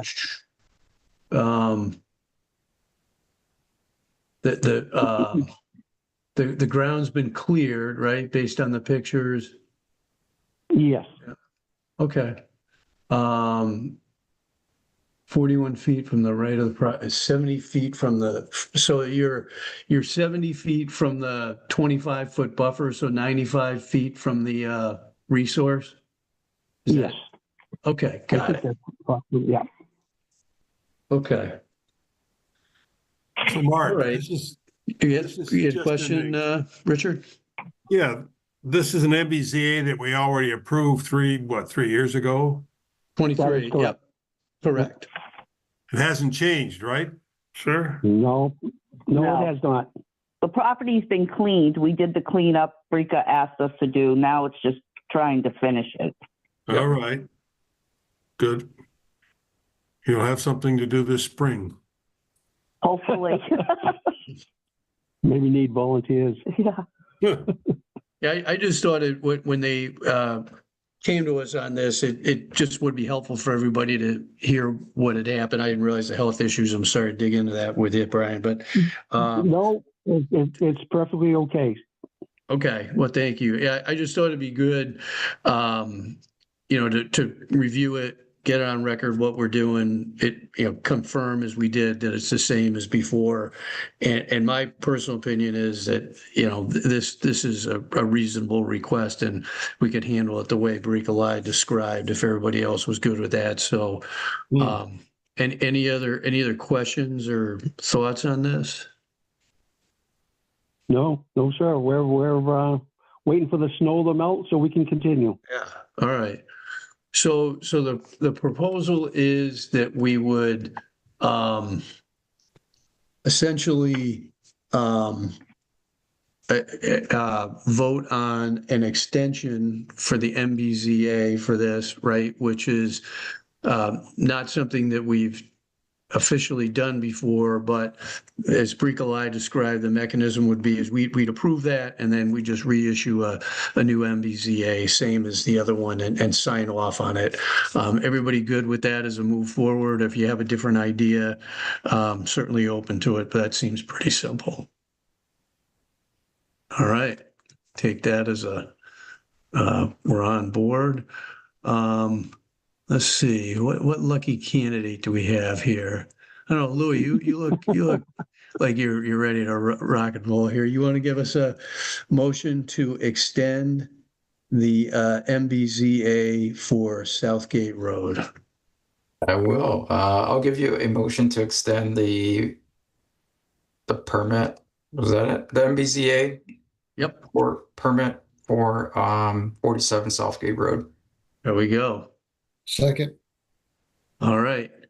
Let's see if I get everybody this time. Richard. Vote to continue or vote to extend. Vote to extend. Good call. Louis. Approve or extend to extend. All right, Michael. Extend. Nicole. Extend. Matthew. Extend. Man, you guys all just moved around. Okay, thank you, Roger. And Mark LePage votes to extend. Brian, thank you for coming in and talking us through. It's just helpful for us to have context, and hopefully you guys get your project completed this spring and enjoy your pool this summer. Thank you to the commission and all your hard work. We appreciate it. You bet. All right. Good night. Thank you. Good night. All right. Thank you. Michael, thanks for the catch on that. And now we are on to the, of course, I just lost my drive there. The COC for 38 Pond Street. For 38 Pond Street. Again, this was work that was never completed, so we're just essentially closing it out. All right, getting back on track here. Here we go, COC. So yeah, this, yeah, they indicate that the work had never been done. So we're just looking to approve the COC based on that. Any questions or thoughts? All right. Michael, since you were so diligent. There's someone on Zoom. Oh, I'm sorry. Okay, Morgan, I didn't see you there. Good catch, Bricolai. Thank you.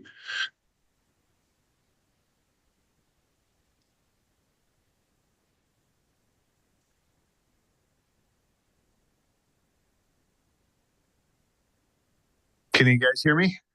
Yes. Hey, Morgan, how you doing? Excellent. Not bad. My name is Morgan Gager. I represent the owner. I'm an employee of Eastport Real Estate. The owner has hired us to manage the property. So the attorney that sent in paperwork said I should be on the call. So I can answer questions if you got any, but let me know if you have any questions. Yeah, I mean, I don't know if you can answer this. It's always just nice to have the context of what happened there. It not going to hugely affect the ruling, but just curious if you don't mind, if you know. Yeah, I do. So I've managed the property for the last 2 years, and they never did the work, and that's simply the new owner. I think Patrick bought it a few years ago. And they never did it. So I'm not sure why they didn't, because I've only managed it the last 2 years. Yeah. All right. Like I said, just curious for context, but that's fine. All right. Well, thank you. Thank you for being present and staying late with us. Any other questions or comments anybody has? All right. So yes, I have a question. Yes, Michael. Procedurally, it just seems weird that we're approving it if the work wasn't done. Isn't there another action we should take? And is that the right language? It is the right language. If you look at the request for COC form, there's a box on there from DEP that says you're checking this box that the work was never completed. You're approving to close out the permit. Okay, thank you. So that they don't have it existing as a lien or if they want to sell, what have you. All right. Oh, so thanks. Interesting point Michael makes. So it's better terminology for the motion to close the certificate of compliance or rather than approve, or is that just immaterial? Issue. You could just issue the certificate of compliance. All right, there we go. I like that. I kind of was thinking about that too, Michael, so I'm glad you brought it up. So with that, Michael, you want to give us a motion to issue the certificate of compliance for 38 Pond Street? Yes, I will give you a motion to issue the certificate of compliance for 38 Pond Street, CE 159-1201. All right. Second. All right. Let's see if I can get this in order. Richard? So what do we do? Vote to approve the... Vote to issue. Vote to issue. All right. Good job. Louis? Okay. Vote to issue. Michael? Issue. Nicole? Vote to issue. Matthew? Vote to issue. Roger? Vote to issue. Mark LePage votes to issue. So that closes the certificate of compliance. Morgan, thanks for coming in and explaining, give us at least the context that you had. It's helpful. No problem. Thank you guys for taking this up tonight. All right, you bet. Have a great night. All right.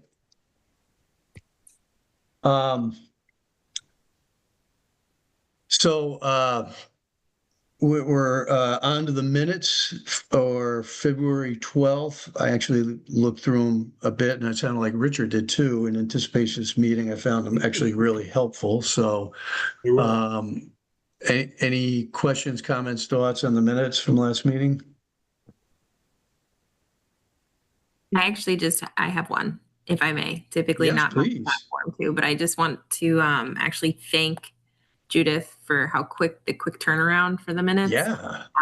If the commissioners recall at the last meeting, you voted to approve some money for Beta for consulting services.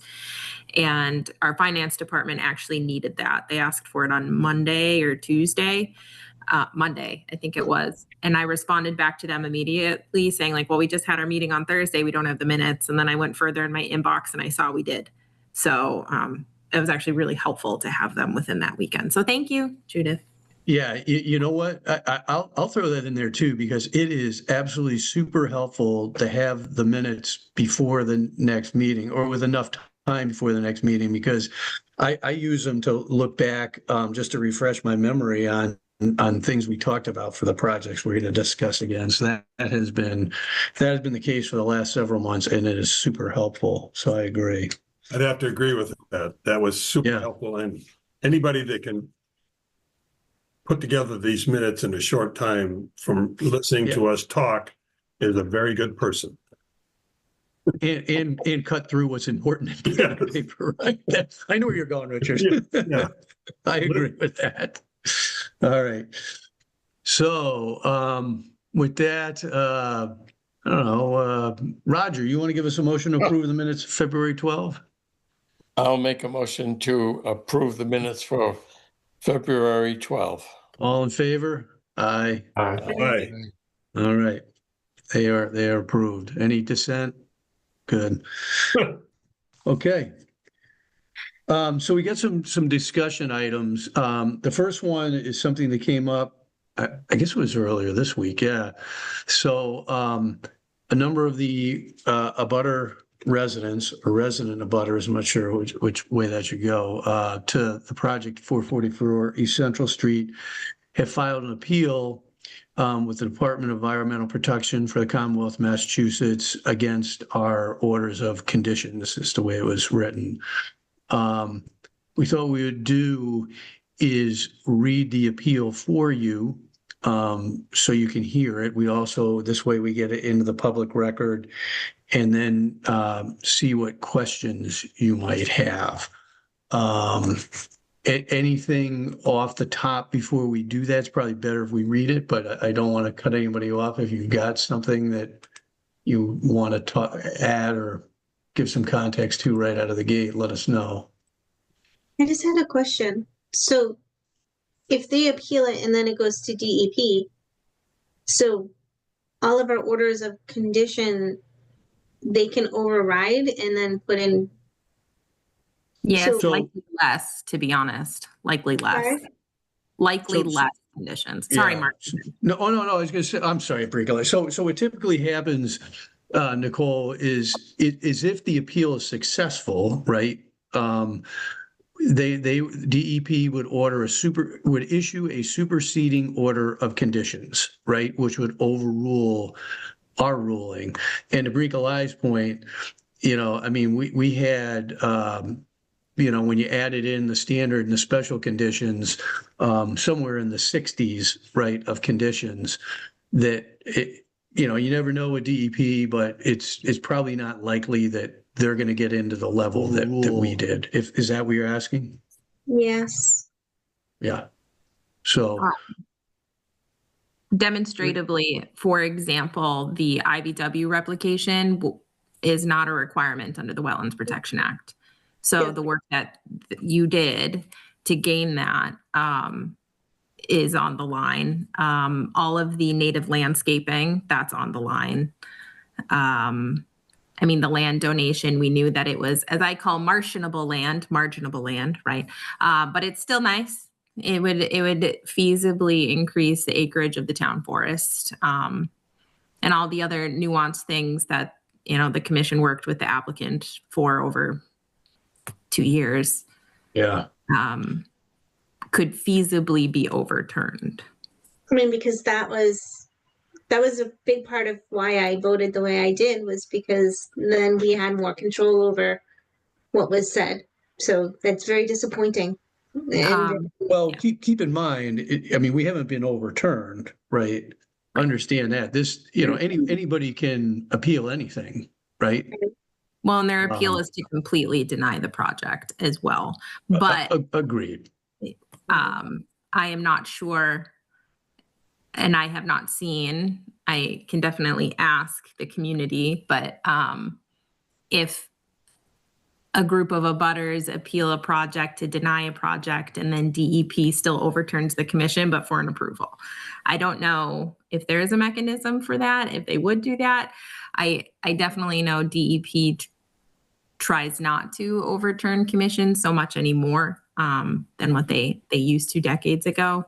But I also think generally more commissions are easier to work with. I mean, I think, I'm sorry, go ahead, Nicole. Oh, no, that's a little bit more hope. Yeah, no, and look, and we'll read the appeal to you so you can get more detail. And it's really focused on 3 key areas, and we can talk about that. But, I would say personally, and look, DEP isn't asking me, right? But I think we did our diligence on this project.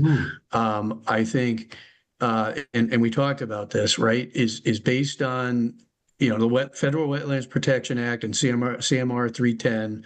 This was a permittable project, right? And I think that's a key term, and we've talked about that.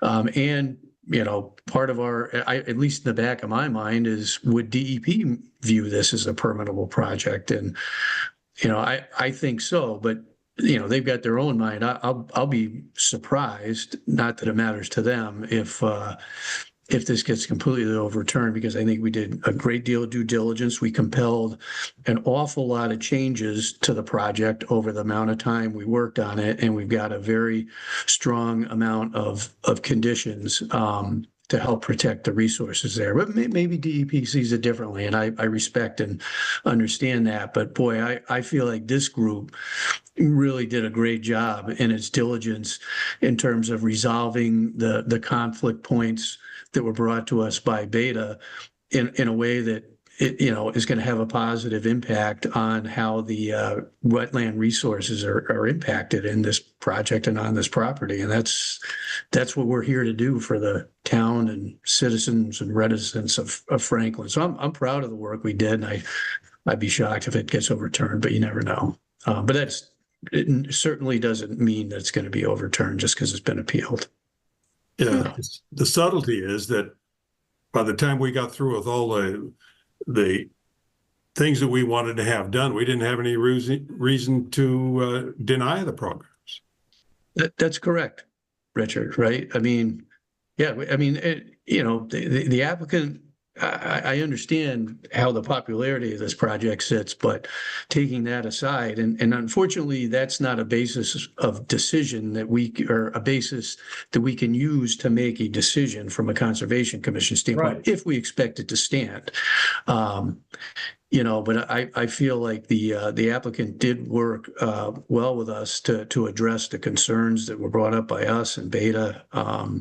So we at the end of the day, we were able to work through to a project that was permittable. So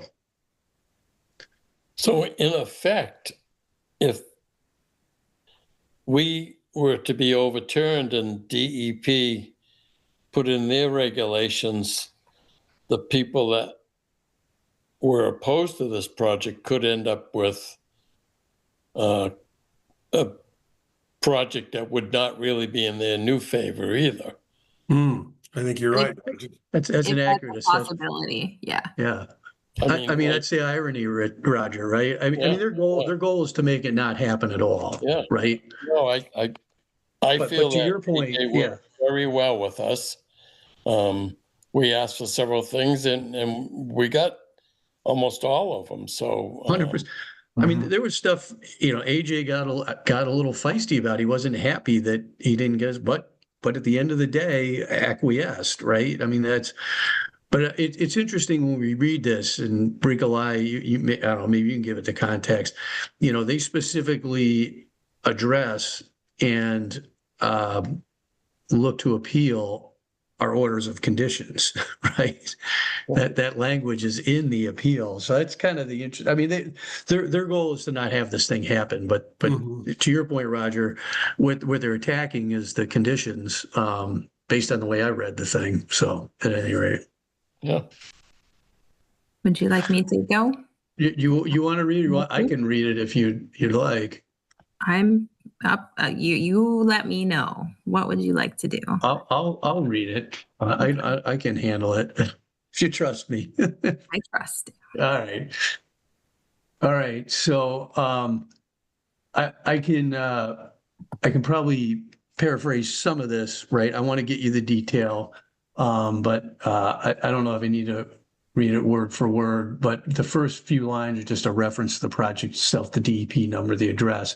The folks that are appealing it, I think it's important to know those folks, are Elizabeth A. Grella from 36 Redgate Lane, Benjamin Sandman and Megan Sandman of 32 Redgate Lane, David L., I believe it's Seigel, and Marcy F. Seigel of 28 Redgate Lane, Douglas J. Appelt, and Tricia M. Appelt of 19 Northern Spy Road, and Benjamin Walbridge and Rebecca Walbridge of 15 Northern Spy Road, collectively the appellants, not applicants.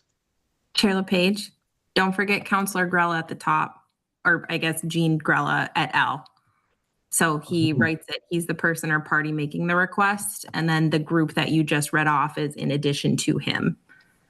So it's on page 1 of the request for departmental action fee transmittal. Oh, thank you. I'm glad you, yeah. Okay. So, yeah, so I was reading, no, this is important, right? So thank you.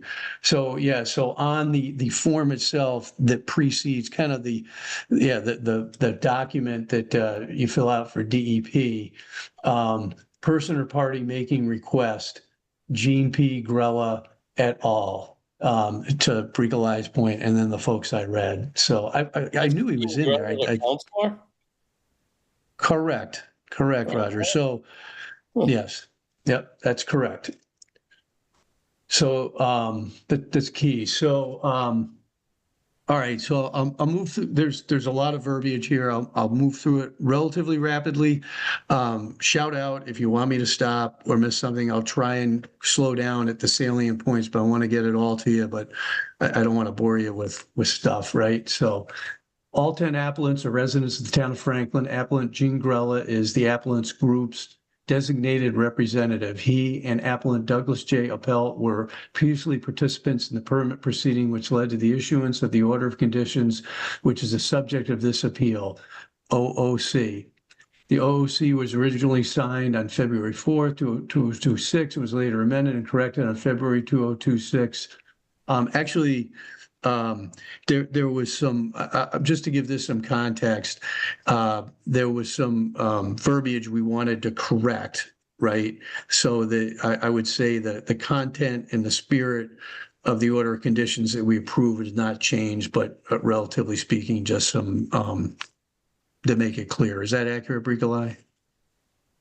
Yes, their attorneys wanted language, the applicant's attorneys wanted language in the OOC that the local bylaw was waived.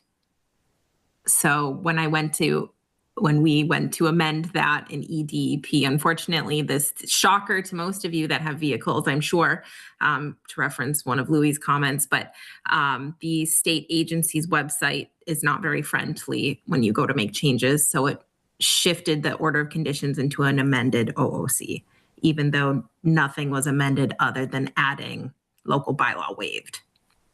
So I want everybody to be comfortable that the spirit and content of our OOC was not changed, right? The way that reads. So that gives you an explanation on it. Everybody, if you have questions on that, right, let us know, but that just lets you know why it refers to it that way. Okay. Copy of said OOC is enclosed. Appellants Jean Grella, Elizabeth Grella, Douglas J. Appelt, the same list of names. Due to their close proximity to the locus of all the appellants are persons who, because of the action of the Franklin Conservation Commission in issuing the OOC, will suffer injuries in fact which are different in kind and magnitude from that to be suffered by the general public and which are within the scope of the interests identified in the MGL, Chapter 131, Section 40, the Wetlands Protection Act, WPA.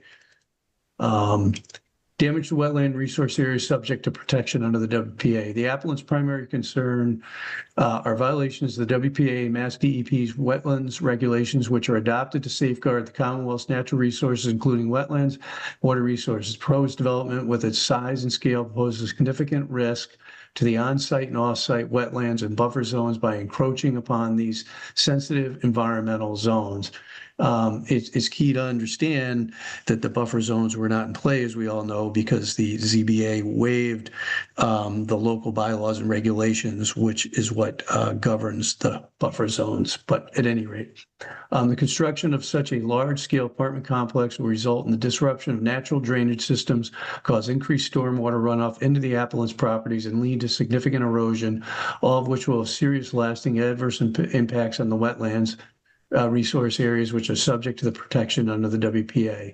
The perennial stream known as Uncas Brook runs through the locust and the downstream properties of the appellants Douglas J. Appelt and Tricia M. Appelt, 19 Northern Spy Road, and Benjamin Walbridge and Rebecca Walbridge at 15 Northern Spy Road. The applicant is proposing to alter 147,930 square feet of 3.4 acres of land in the riverfront area, with 53,350 square feet occurring within 100 feet of the river and 94,580 square feet occurring between 100 feet and 200 feet of the river. Such a large area of alteration will adversely impact the riverfront area and does not comply with Mass DEP's Riverfront Area Performance Standards 310 CMR 10.58.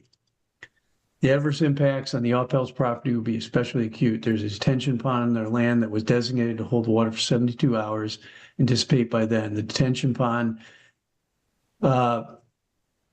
looks like a typo here. The detention pond been working, I'm thinking they're saying had been working exactly as it was designed for the 9 years that we have lived there. The increased stormwater runoff from the approved project will cause the detention pond to hold water longer than 72 hours. Well, again, another typo. It says longer than 72 hours, it currently does. I would think they meant then it currently does. Or 15 acres of land, a 1-inch rainfall produces 405,000 gallons of water. Currently, the locust has no rainwater mitigation. 95% of the rainwater falls to the ground there naturally and runs its course. This natural process has been working well for the last 9 years. The approved project is constructed. The 15 area locust will have building roofs, roads, walkways, and paved parking lots with impervious surfaces covering much of this land. It is proposed that the stormwater will be held in underground tanks to be leached into the ground over time. The system is not properly designed to hold 405,000 gallons for a 1-inch or greater rainfall event. Zone 2, well number 9, public water supply. The locust lies within the Zone 2 recharge area of Franklin's public water supply, well number 9. Mass DEP regulations require that the highest and best practical methods of treatment for discharges within Zone 2. The OOC does not sufficiently address this critical public health concern, nor did the Conservation Commission evaluate the adequacy of proposed protections. While snow storage was noted in the Commission's proceedings, the Commission did not adequately evaluate the long-term chloride loading impacts from de-icing chemicals and their potential adverse impacts on Zone 2 groundwater and well number 9. I believe, Bricolline, you correct me, we did have a condition against the use of chloride products for snow melt. So we actually did specifically address that in the OOC. Zone 2 wellhead anyways is more DPW. Yeah, that's typically not our jurisdiction, so it's an interesting call out. And we dealt with the snow melt issue, but I don't know if you watched, there was a lot of conversation that I recall, or a good amount of conversation with the ZBA about the public water supply, but that isn't typically jurisdictional to us. But the applicants reserve the right to supplement their foregoing statement of objections to the OOC. For all the reasons discussed above, Mass DEP should issue a superseding order of conditions denying the project.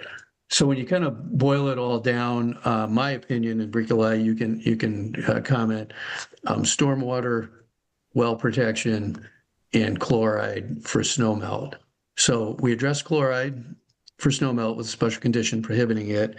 And, you know, my opinion, and, you know, the challenge with talking about stormwater, and I respect the residents' approach, providing anecdotal evidence, right, of where they live and what they see. And they presented a lot of that information to us. In my opinion, that had a very large impact on the commission in that, we share jurisdiction over stormwater with ZBA. If you recall, the applicant asked us to waive our jurisdiction because they are afraid they're going to have to go through the same process twice and be charged twice. A reasonable request, but based on, I think what we all heard were enhanced resident concerns, we declined to waive our responsibility in stormwater to keep our eyes on it. What ZBA did is on ZBA, right? But we wanted to maintain our jurisdiction. I think we dug into it very thoroughly. And I think, when you look at the math, the science, and the data that was presented, which is what is widely accepted in the industry, and I think by DEP, the applicant made a good case that the stormwater would be managed effectively. And then we took it a step further, if you recall, to have them bring in their stormwater expert and give us a good summary overview to reinforce that. And I recall at that meeting that we had some specific concerns communicated to us by certain residents, and we were able to address those and show how those concerns were a misinterpretation of the data that was presented in the stormwater report and correct those misinterpretations.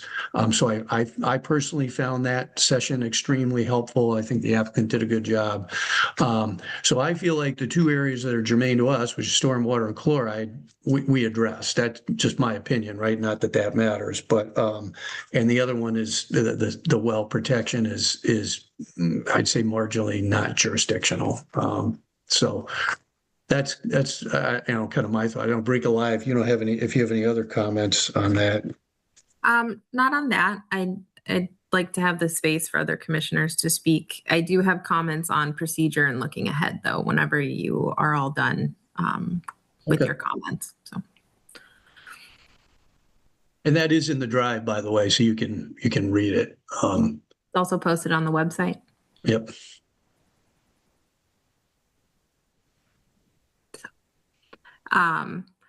Okay, well, hearing none, I guess I'll move forward.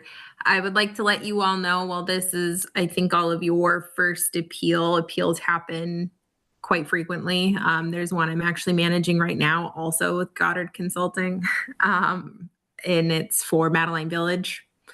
Our friend Lou Petrozzi over in Bellingham has had a number of appeals, so they do happen. Coincidentally, both of those appeals are actually not by abutters, but doesn't matter, an appeal and is appeal. So right now where it stands,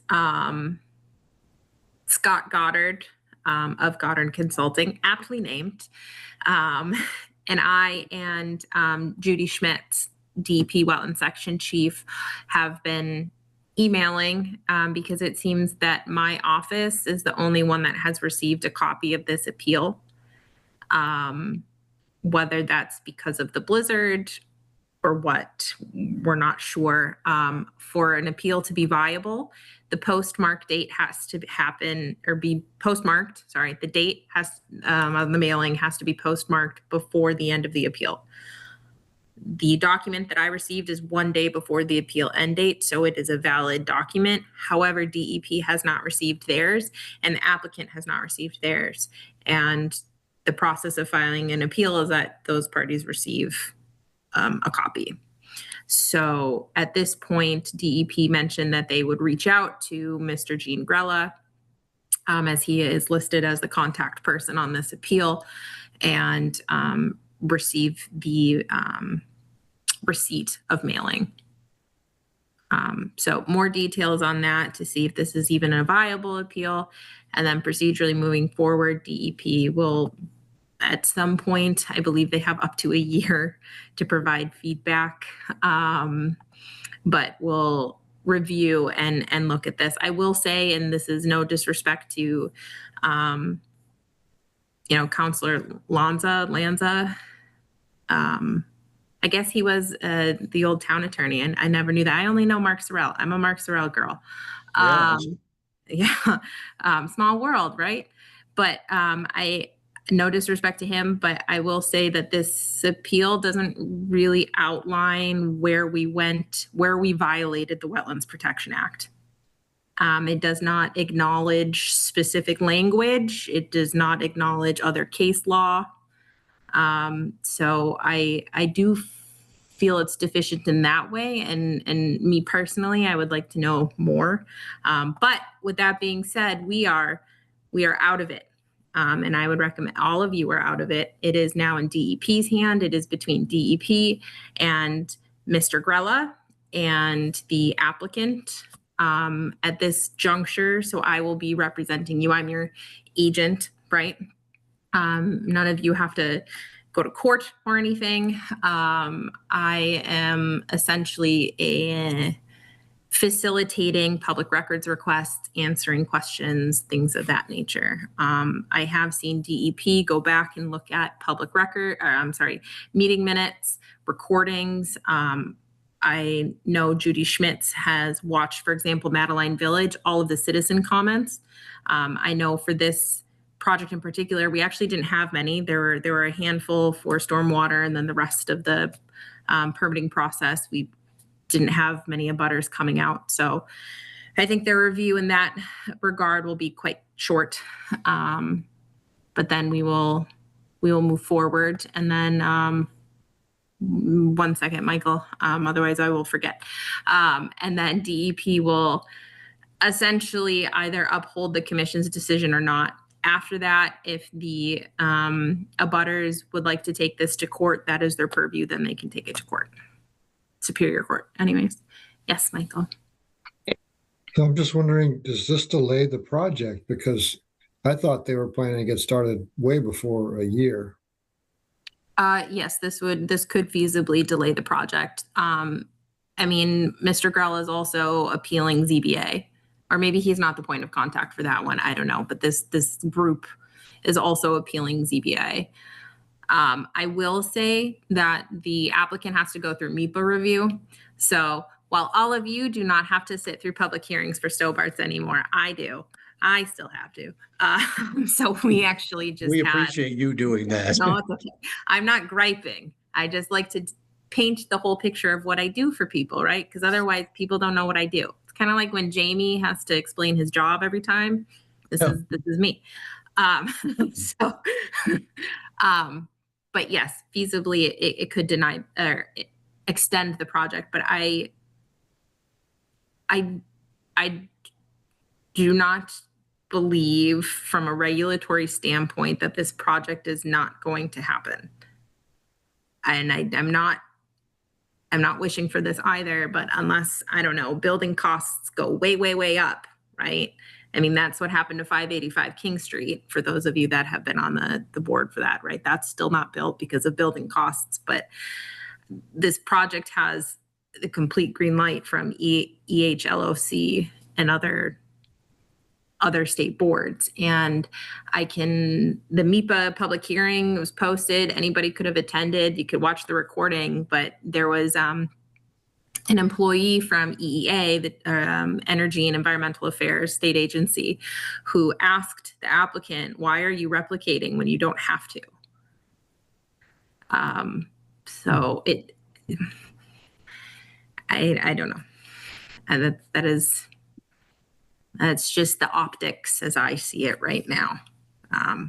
But I will report back as I find more.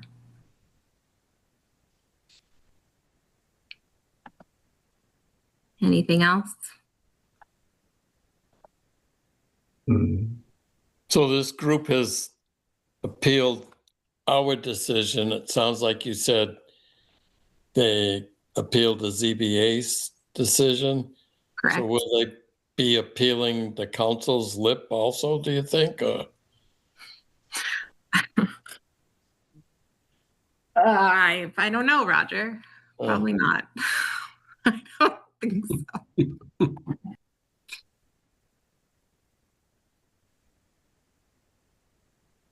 Yeah, I don't know.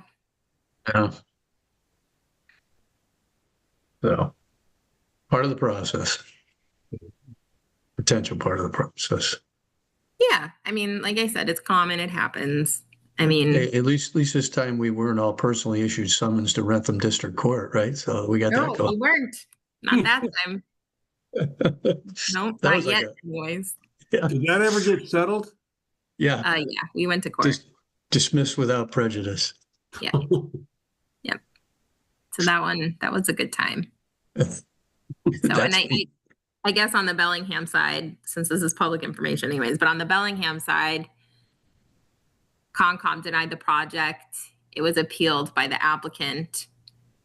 DEP supported Concom. Then now he's suing DEP, or not suing, but now he's fighting DEP in Superior Court. So it's climbed up the ladder. Yeah. Yep. Ooh. Alternatively, Madeline Village, right? Concom denied the project.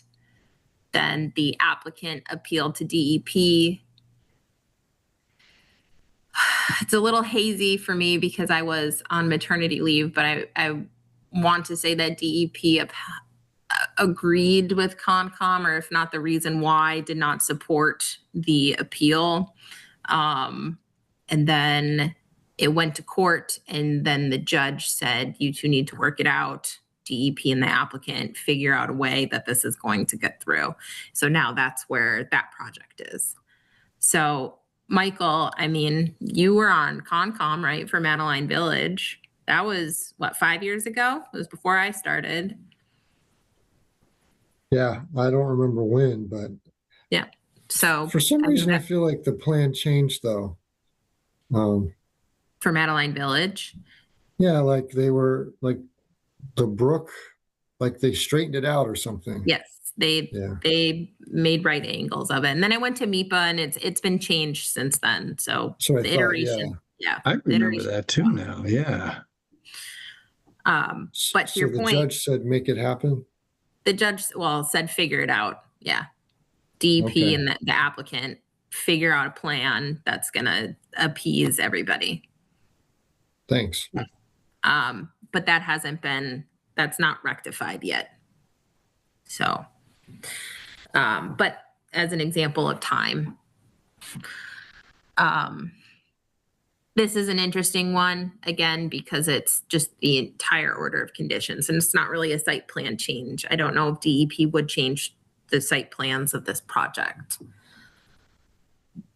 I don't know why they would. It's a permittable project under the Wetlands Protection Act.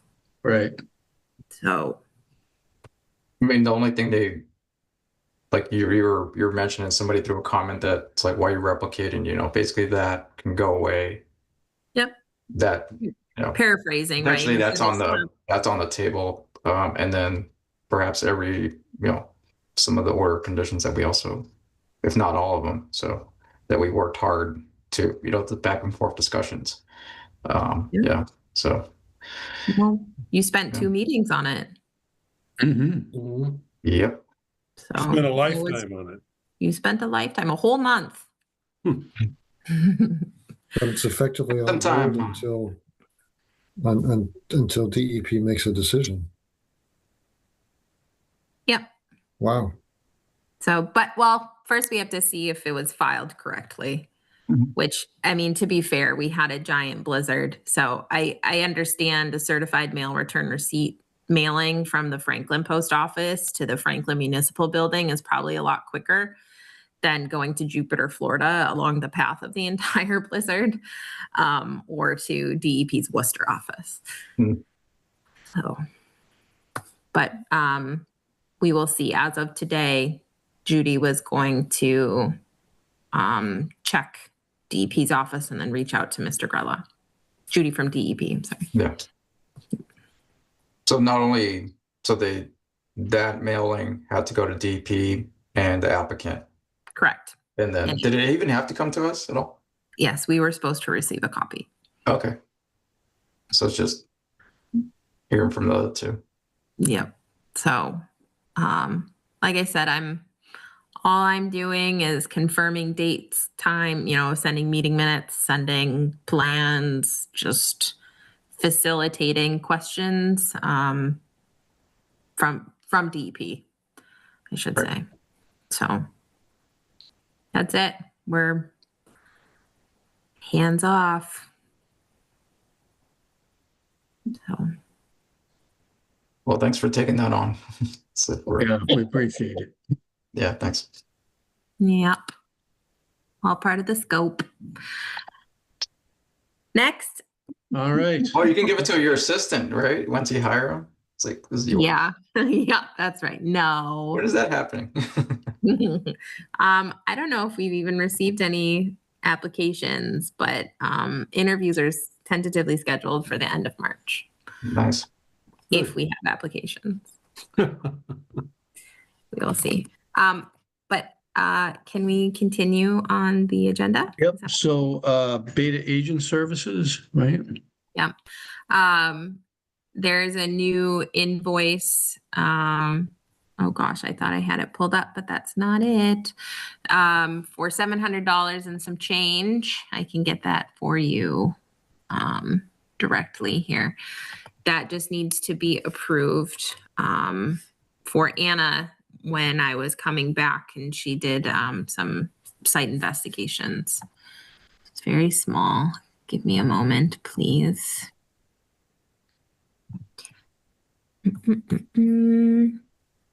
That's not it.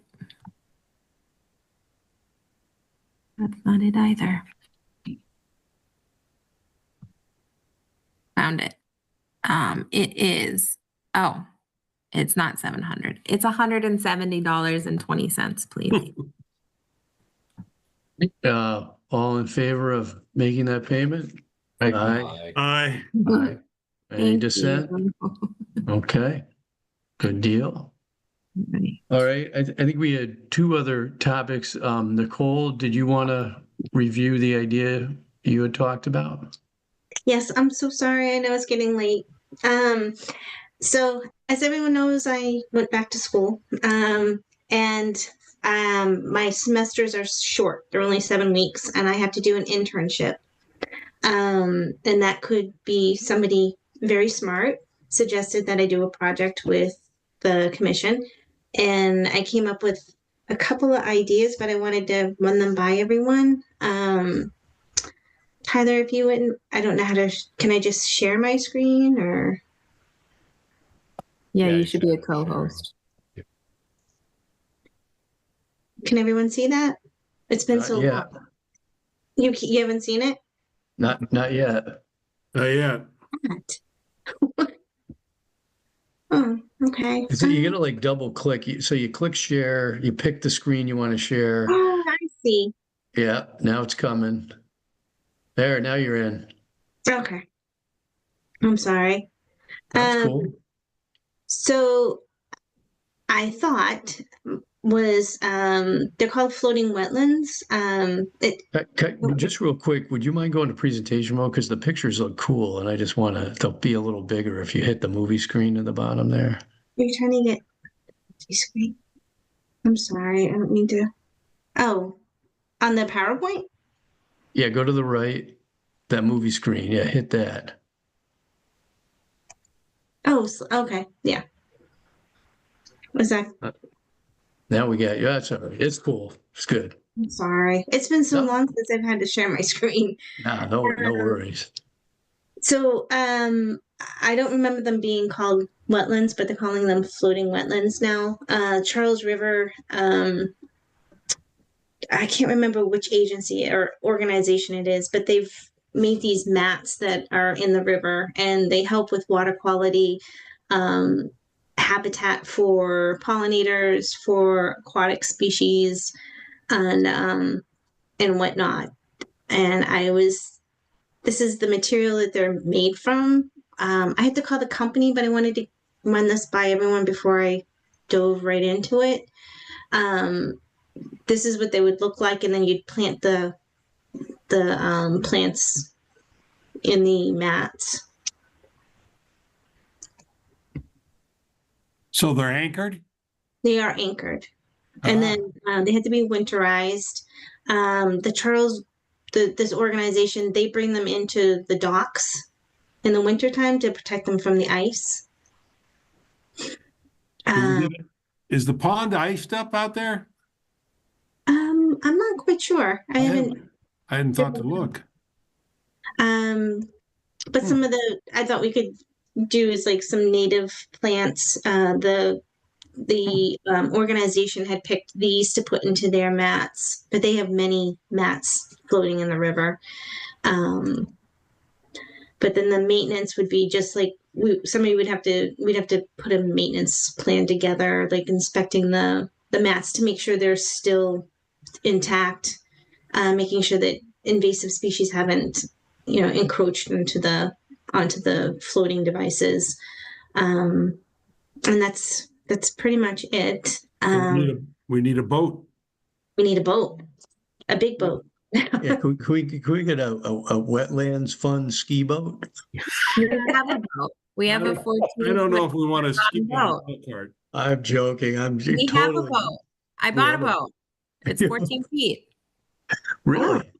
Conservation float. You guys never come to any of my events. I've seen it at the DPW. You don't come to any other conservation events. Yes, it's called the Conservation Flotation. The SS Conservation. Yes, I wanted to call it the Marshmallow. I got vetoed. You Get it, Marshmallow? Isn't that cute? That's cute. Do you sit in it or on it? In it. Oh, It's a rowboat. It's a regular rowboat. It's awesome. Oh, so that would work. I mean, but they can be expensive. I haven't looked at the pricing because I wanted to get everyone's idea. We can also do like a community event where people come together and we can make them and put them out, or they can be purchased. So I can get all of that information. And I would lead the project. I wouldn't want to ask for too much commitment from everyone. I know everyone's so busy, so I don't mean to put more work on everyone. How long do they last, Nicole? Like if you leave them out there? Well, that particular one, it said it lasts quite many years. So Okay. I'm sorry. Polypropylene, it shouldn't. Yeah, it's like the dock material that, in log forms.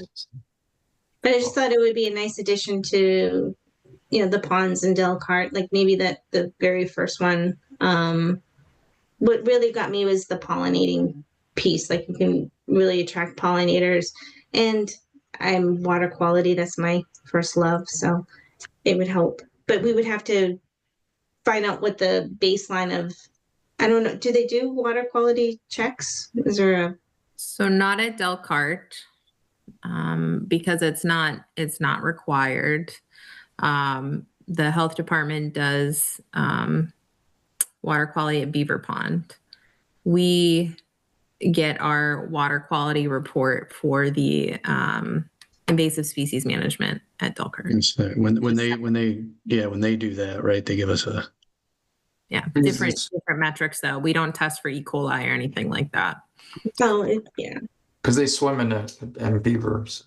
Is that why that's? Yeah. Yep. But I didn't know what everybody's thought was. I mean, I can further investigate it. If everyone thinks that it's going to be too much, I can move past it and find another project. If anybody has some suggestions for some projects around town. I think I'm looking for someone to build a bridge out behind the big Y there, I think, right, Richard? we could fund a tool belt. Yeah. Well, two birds with one stone on that one. Considering I just broke the snow blower because I don't think you want me with the tools. Realize, so we have was it a canoe or rowboat? The marshmallow. Marshmallow. It is. I'll send you photos. It's a legitimate boat. It's a nice boat. I've seen People in it. What, Roger? It's a nice boat. I've seen it down the DPW yard. Thank you. Well, I was gonna, to get to the site, I was gonna suggest a conservation ATV, but that's. I would love We gotta that. get to these sites. Yeah. I have some comments or just inquiries, Nicole, to build your project. If I'm just cutting. everybody else. So when would this need to be completed by? So this is, all I have to do is propose it for my 7 weeks, and then I present it, and then when we finish it, because the class ends in April. So I would continue working on it. I wouldn't just, leave it. So Okay, because it would need permitting. Yeah. So that's some time and money. Who would ultimately be maintaining it over the next?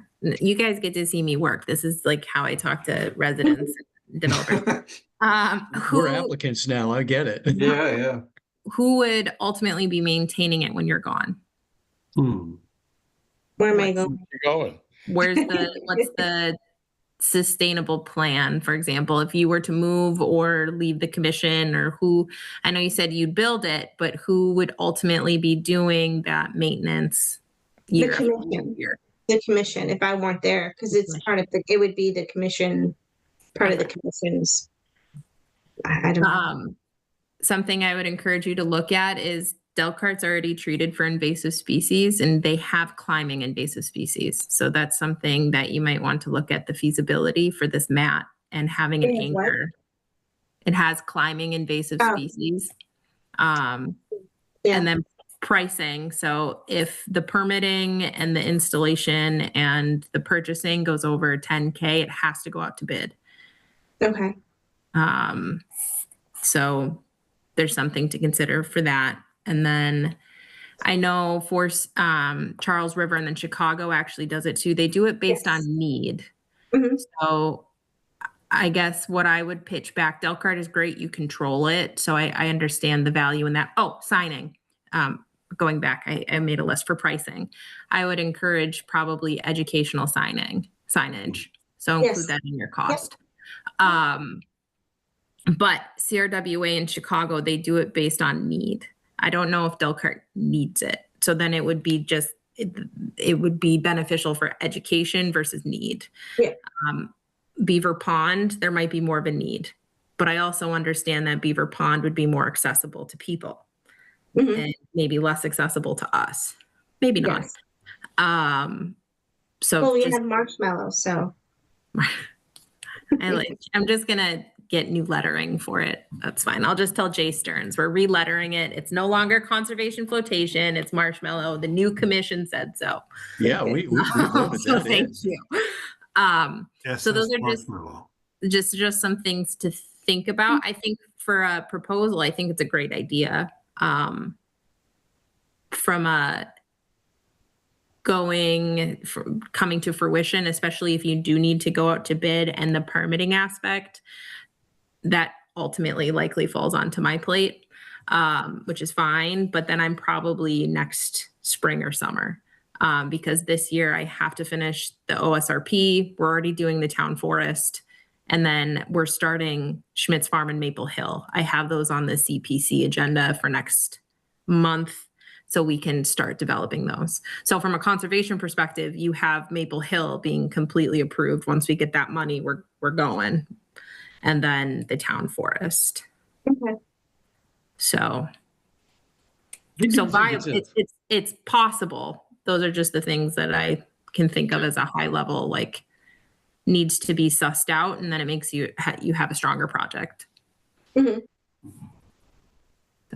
mean, in general, I think anytime we can do anything to enhance the conservation lands is a good move. I think this is interesting, and I think it's worth investigating more. It'd be interesting to see the scale of the cost. And I was talking to Nicole earlier. I think there's maybe potential, like, hey, if we were to just buy it all, if we could solicit some volunteer work. I mean, this is something we could talk about at our Earth Day event, right? Of people interested in volunteering on this. And maybe we get some people, maybe we don't. We could, we've done this before, talk to, Ryan Jetty, or maybe folks at the Scouts. That might drive some interest and might offset some cost. But I also think it is a good idea to put together, some sort of management plan in writing, just as we're talking about this, right? So, hopefully you're here for the long haul, but we want to make sure we have that, legacy for the project, right? Kind of an O&M plan, right? So, but I think it seems like a neat deal. I mean, I like the pictures too. It looks pretty exciting. Yes, Another thought could be is, I wonder if there's anything at the high school, Tri-County that That's has an some idea. kind of environmental science where we could pull in a school with it and partner with them. Yeah, 100%. That's a good idea. Probably not until after their project's completed. They have violations like every other 3 weeks. Tri-County. Yes. Okay, so. oh man. I mean, they're like soft violations. They need guidance to make sure their site's clean. FHS, baby, if they're clean. Probably. I wouldn't know anything about that, but yeah, you wouldn't. No, you recuse. Don't. Well, like I say, we've got the Franklin High School also that has been built for a while, so they're probably good. Yeah. And I was thinking maybe the VFW, Louis, since you work with them, maybe some volunteers would want to come over and help with that as well. The scouts or the VFW itself? The VFW, like the people at the VFW. Yeah, it's a small group. So it's a small group. We're growing. But they do host we do ask of the scouts because they utilize that space. We actually did some improvements, painting this past summer. We're still doing improvements, but it's a dual effort with the scouts and the members of the VFW. So, but I can, we actually have a meeting this Saturday morning, so I can, talk to the commander about it and see what we're open to. Yeah, and I still have to get like the pricing and all of that. So I was going to give the company a call tomorrow and then see what If I may, I am sorry, but because it still has to be permitted, I think we need to actually design it first. Yeah. And then figure out our options, and then we can ask for people to help. But I think we actually need to have a plan in place, and if it just comes in, to the bank there, if it needs to be stored somewhere, things like that, how much plants are going to cost. We design our project first, and then we can move forward. I think it's a good idea. We should go forward with it, see where it leads. Yeah, I'll do the investigating tomorrow. And then one of my colleagues at work, he has done something similar. So he said that if I needed help, if the cost is too much, then we would try to help design something. So that's another option. So I just definitely worth taking to the next level with details. So absolutely. Okay. I will do that. Awesome. Thank you. I'm sorry to keep everyone longer. No, it was I think it's a time well spent.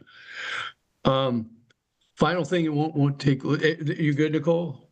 Yes, and thank you. Okay, yeah. Roger Bricolai and I did hit the. And actually, Matthew hit the agricultural meeting last Monday. So we all have agreed we're going to do the Earth Day event together, which I think is great. We'll have a booth there. We're going to work on maybe a B-Box project again, and then look at doing a walk at Riverbend. And they were comfortable with us doing that, right? One of the things we were worried about is peeling people away from the event, but everybody seemed good with that train of events. So we'll keep working on that. I think that'll be fun. They're going to have antique tractors there. I'm pretty stoked for that. Yeah, that was my reaction. So that's going to be cool. Yeah. So, I'll bring the table and look at the tractors. You help right. with that? Yeah, right. Don't forget the chair. Chair, yes, you're right. Yeah. So several. So anything else? I think that's a wrap. Good meeting, productive. Roger, do you have something to say? Or we're just going to give us a motion to adjourn. I saw you on mute. I saw that. No, I'll make a motion to end the meeting. Sorry, With pause. one exception. Yep, one exception. You guys will need to come in and sign documents. You'll be able to come tomorrow before 1 or at least before Tuesday. Okay. Okay. Can do. Thank you. All right, now go ahead, Raj. Make a motion to adjourn. All in favor? Aye. Aye. All right. Thank you, guys. Good night. Good night. Recording stopped.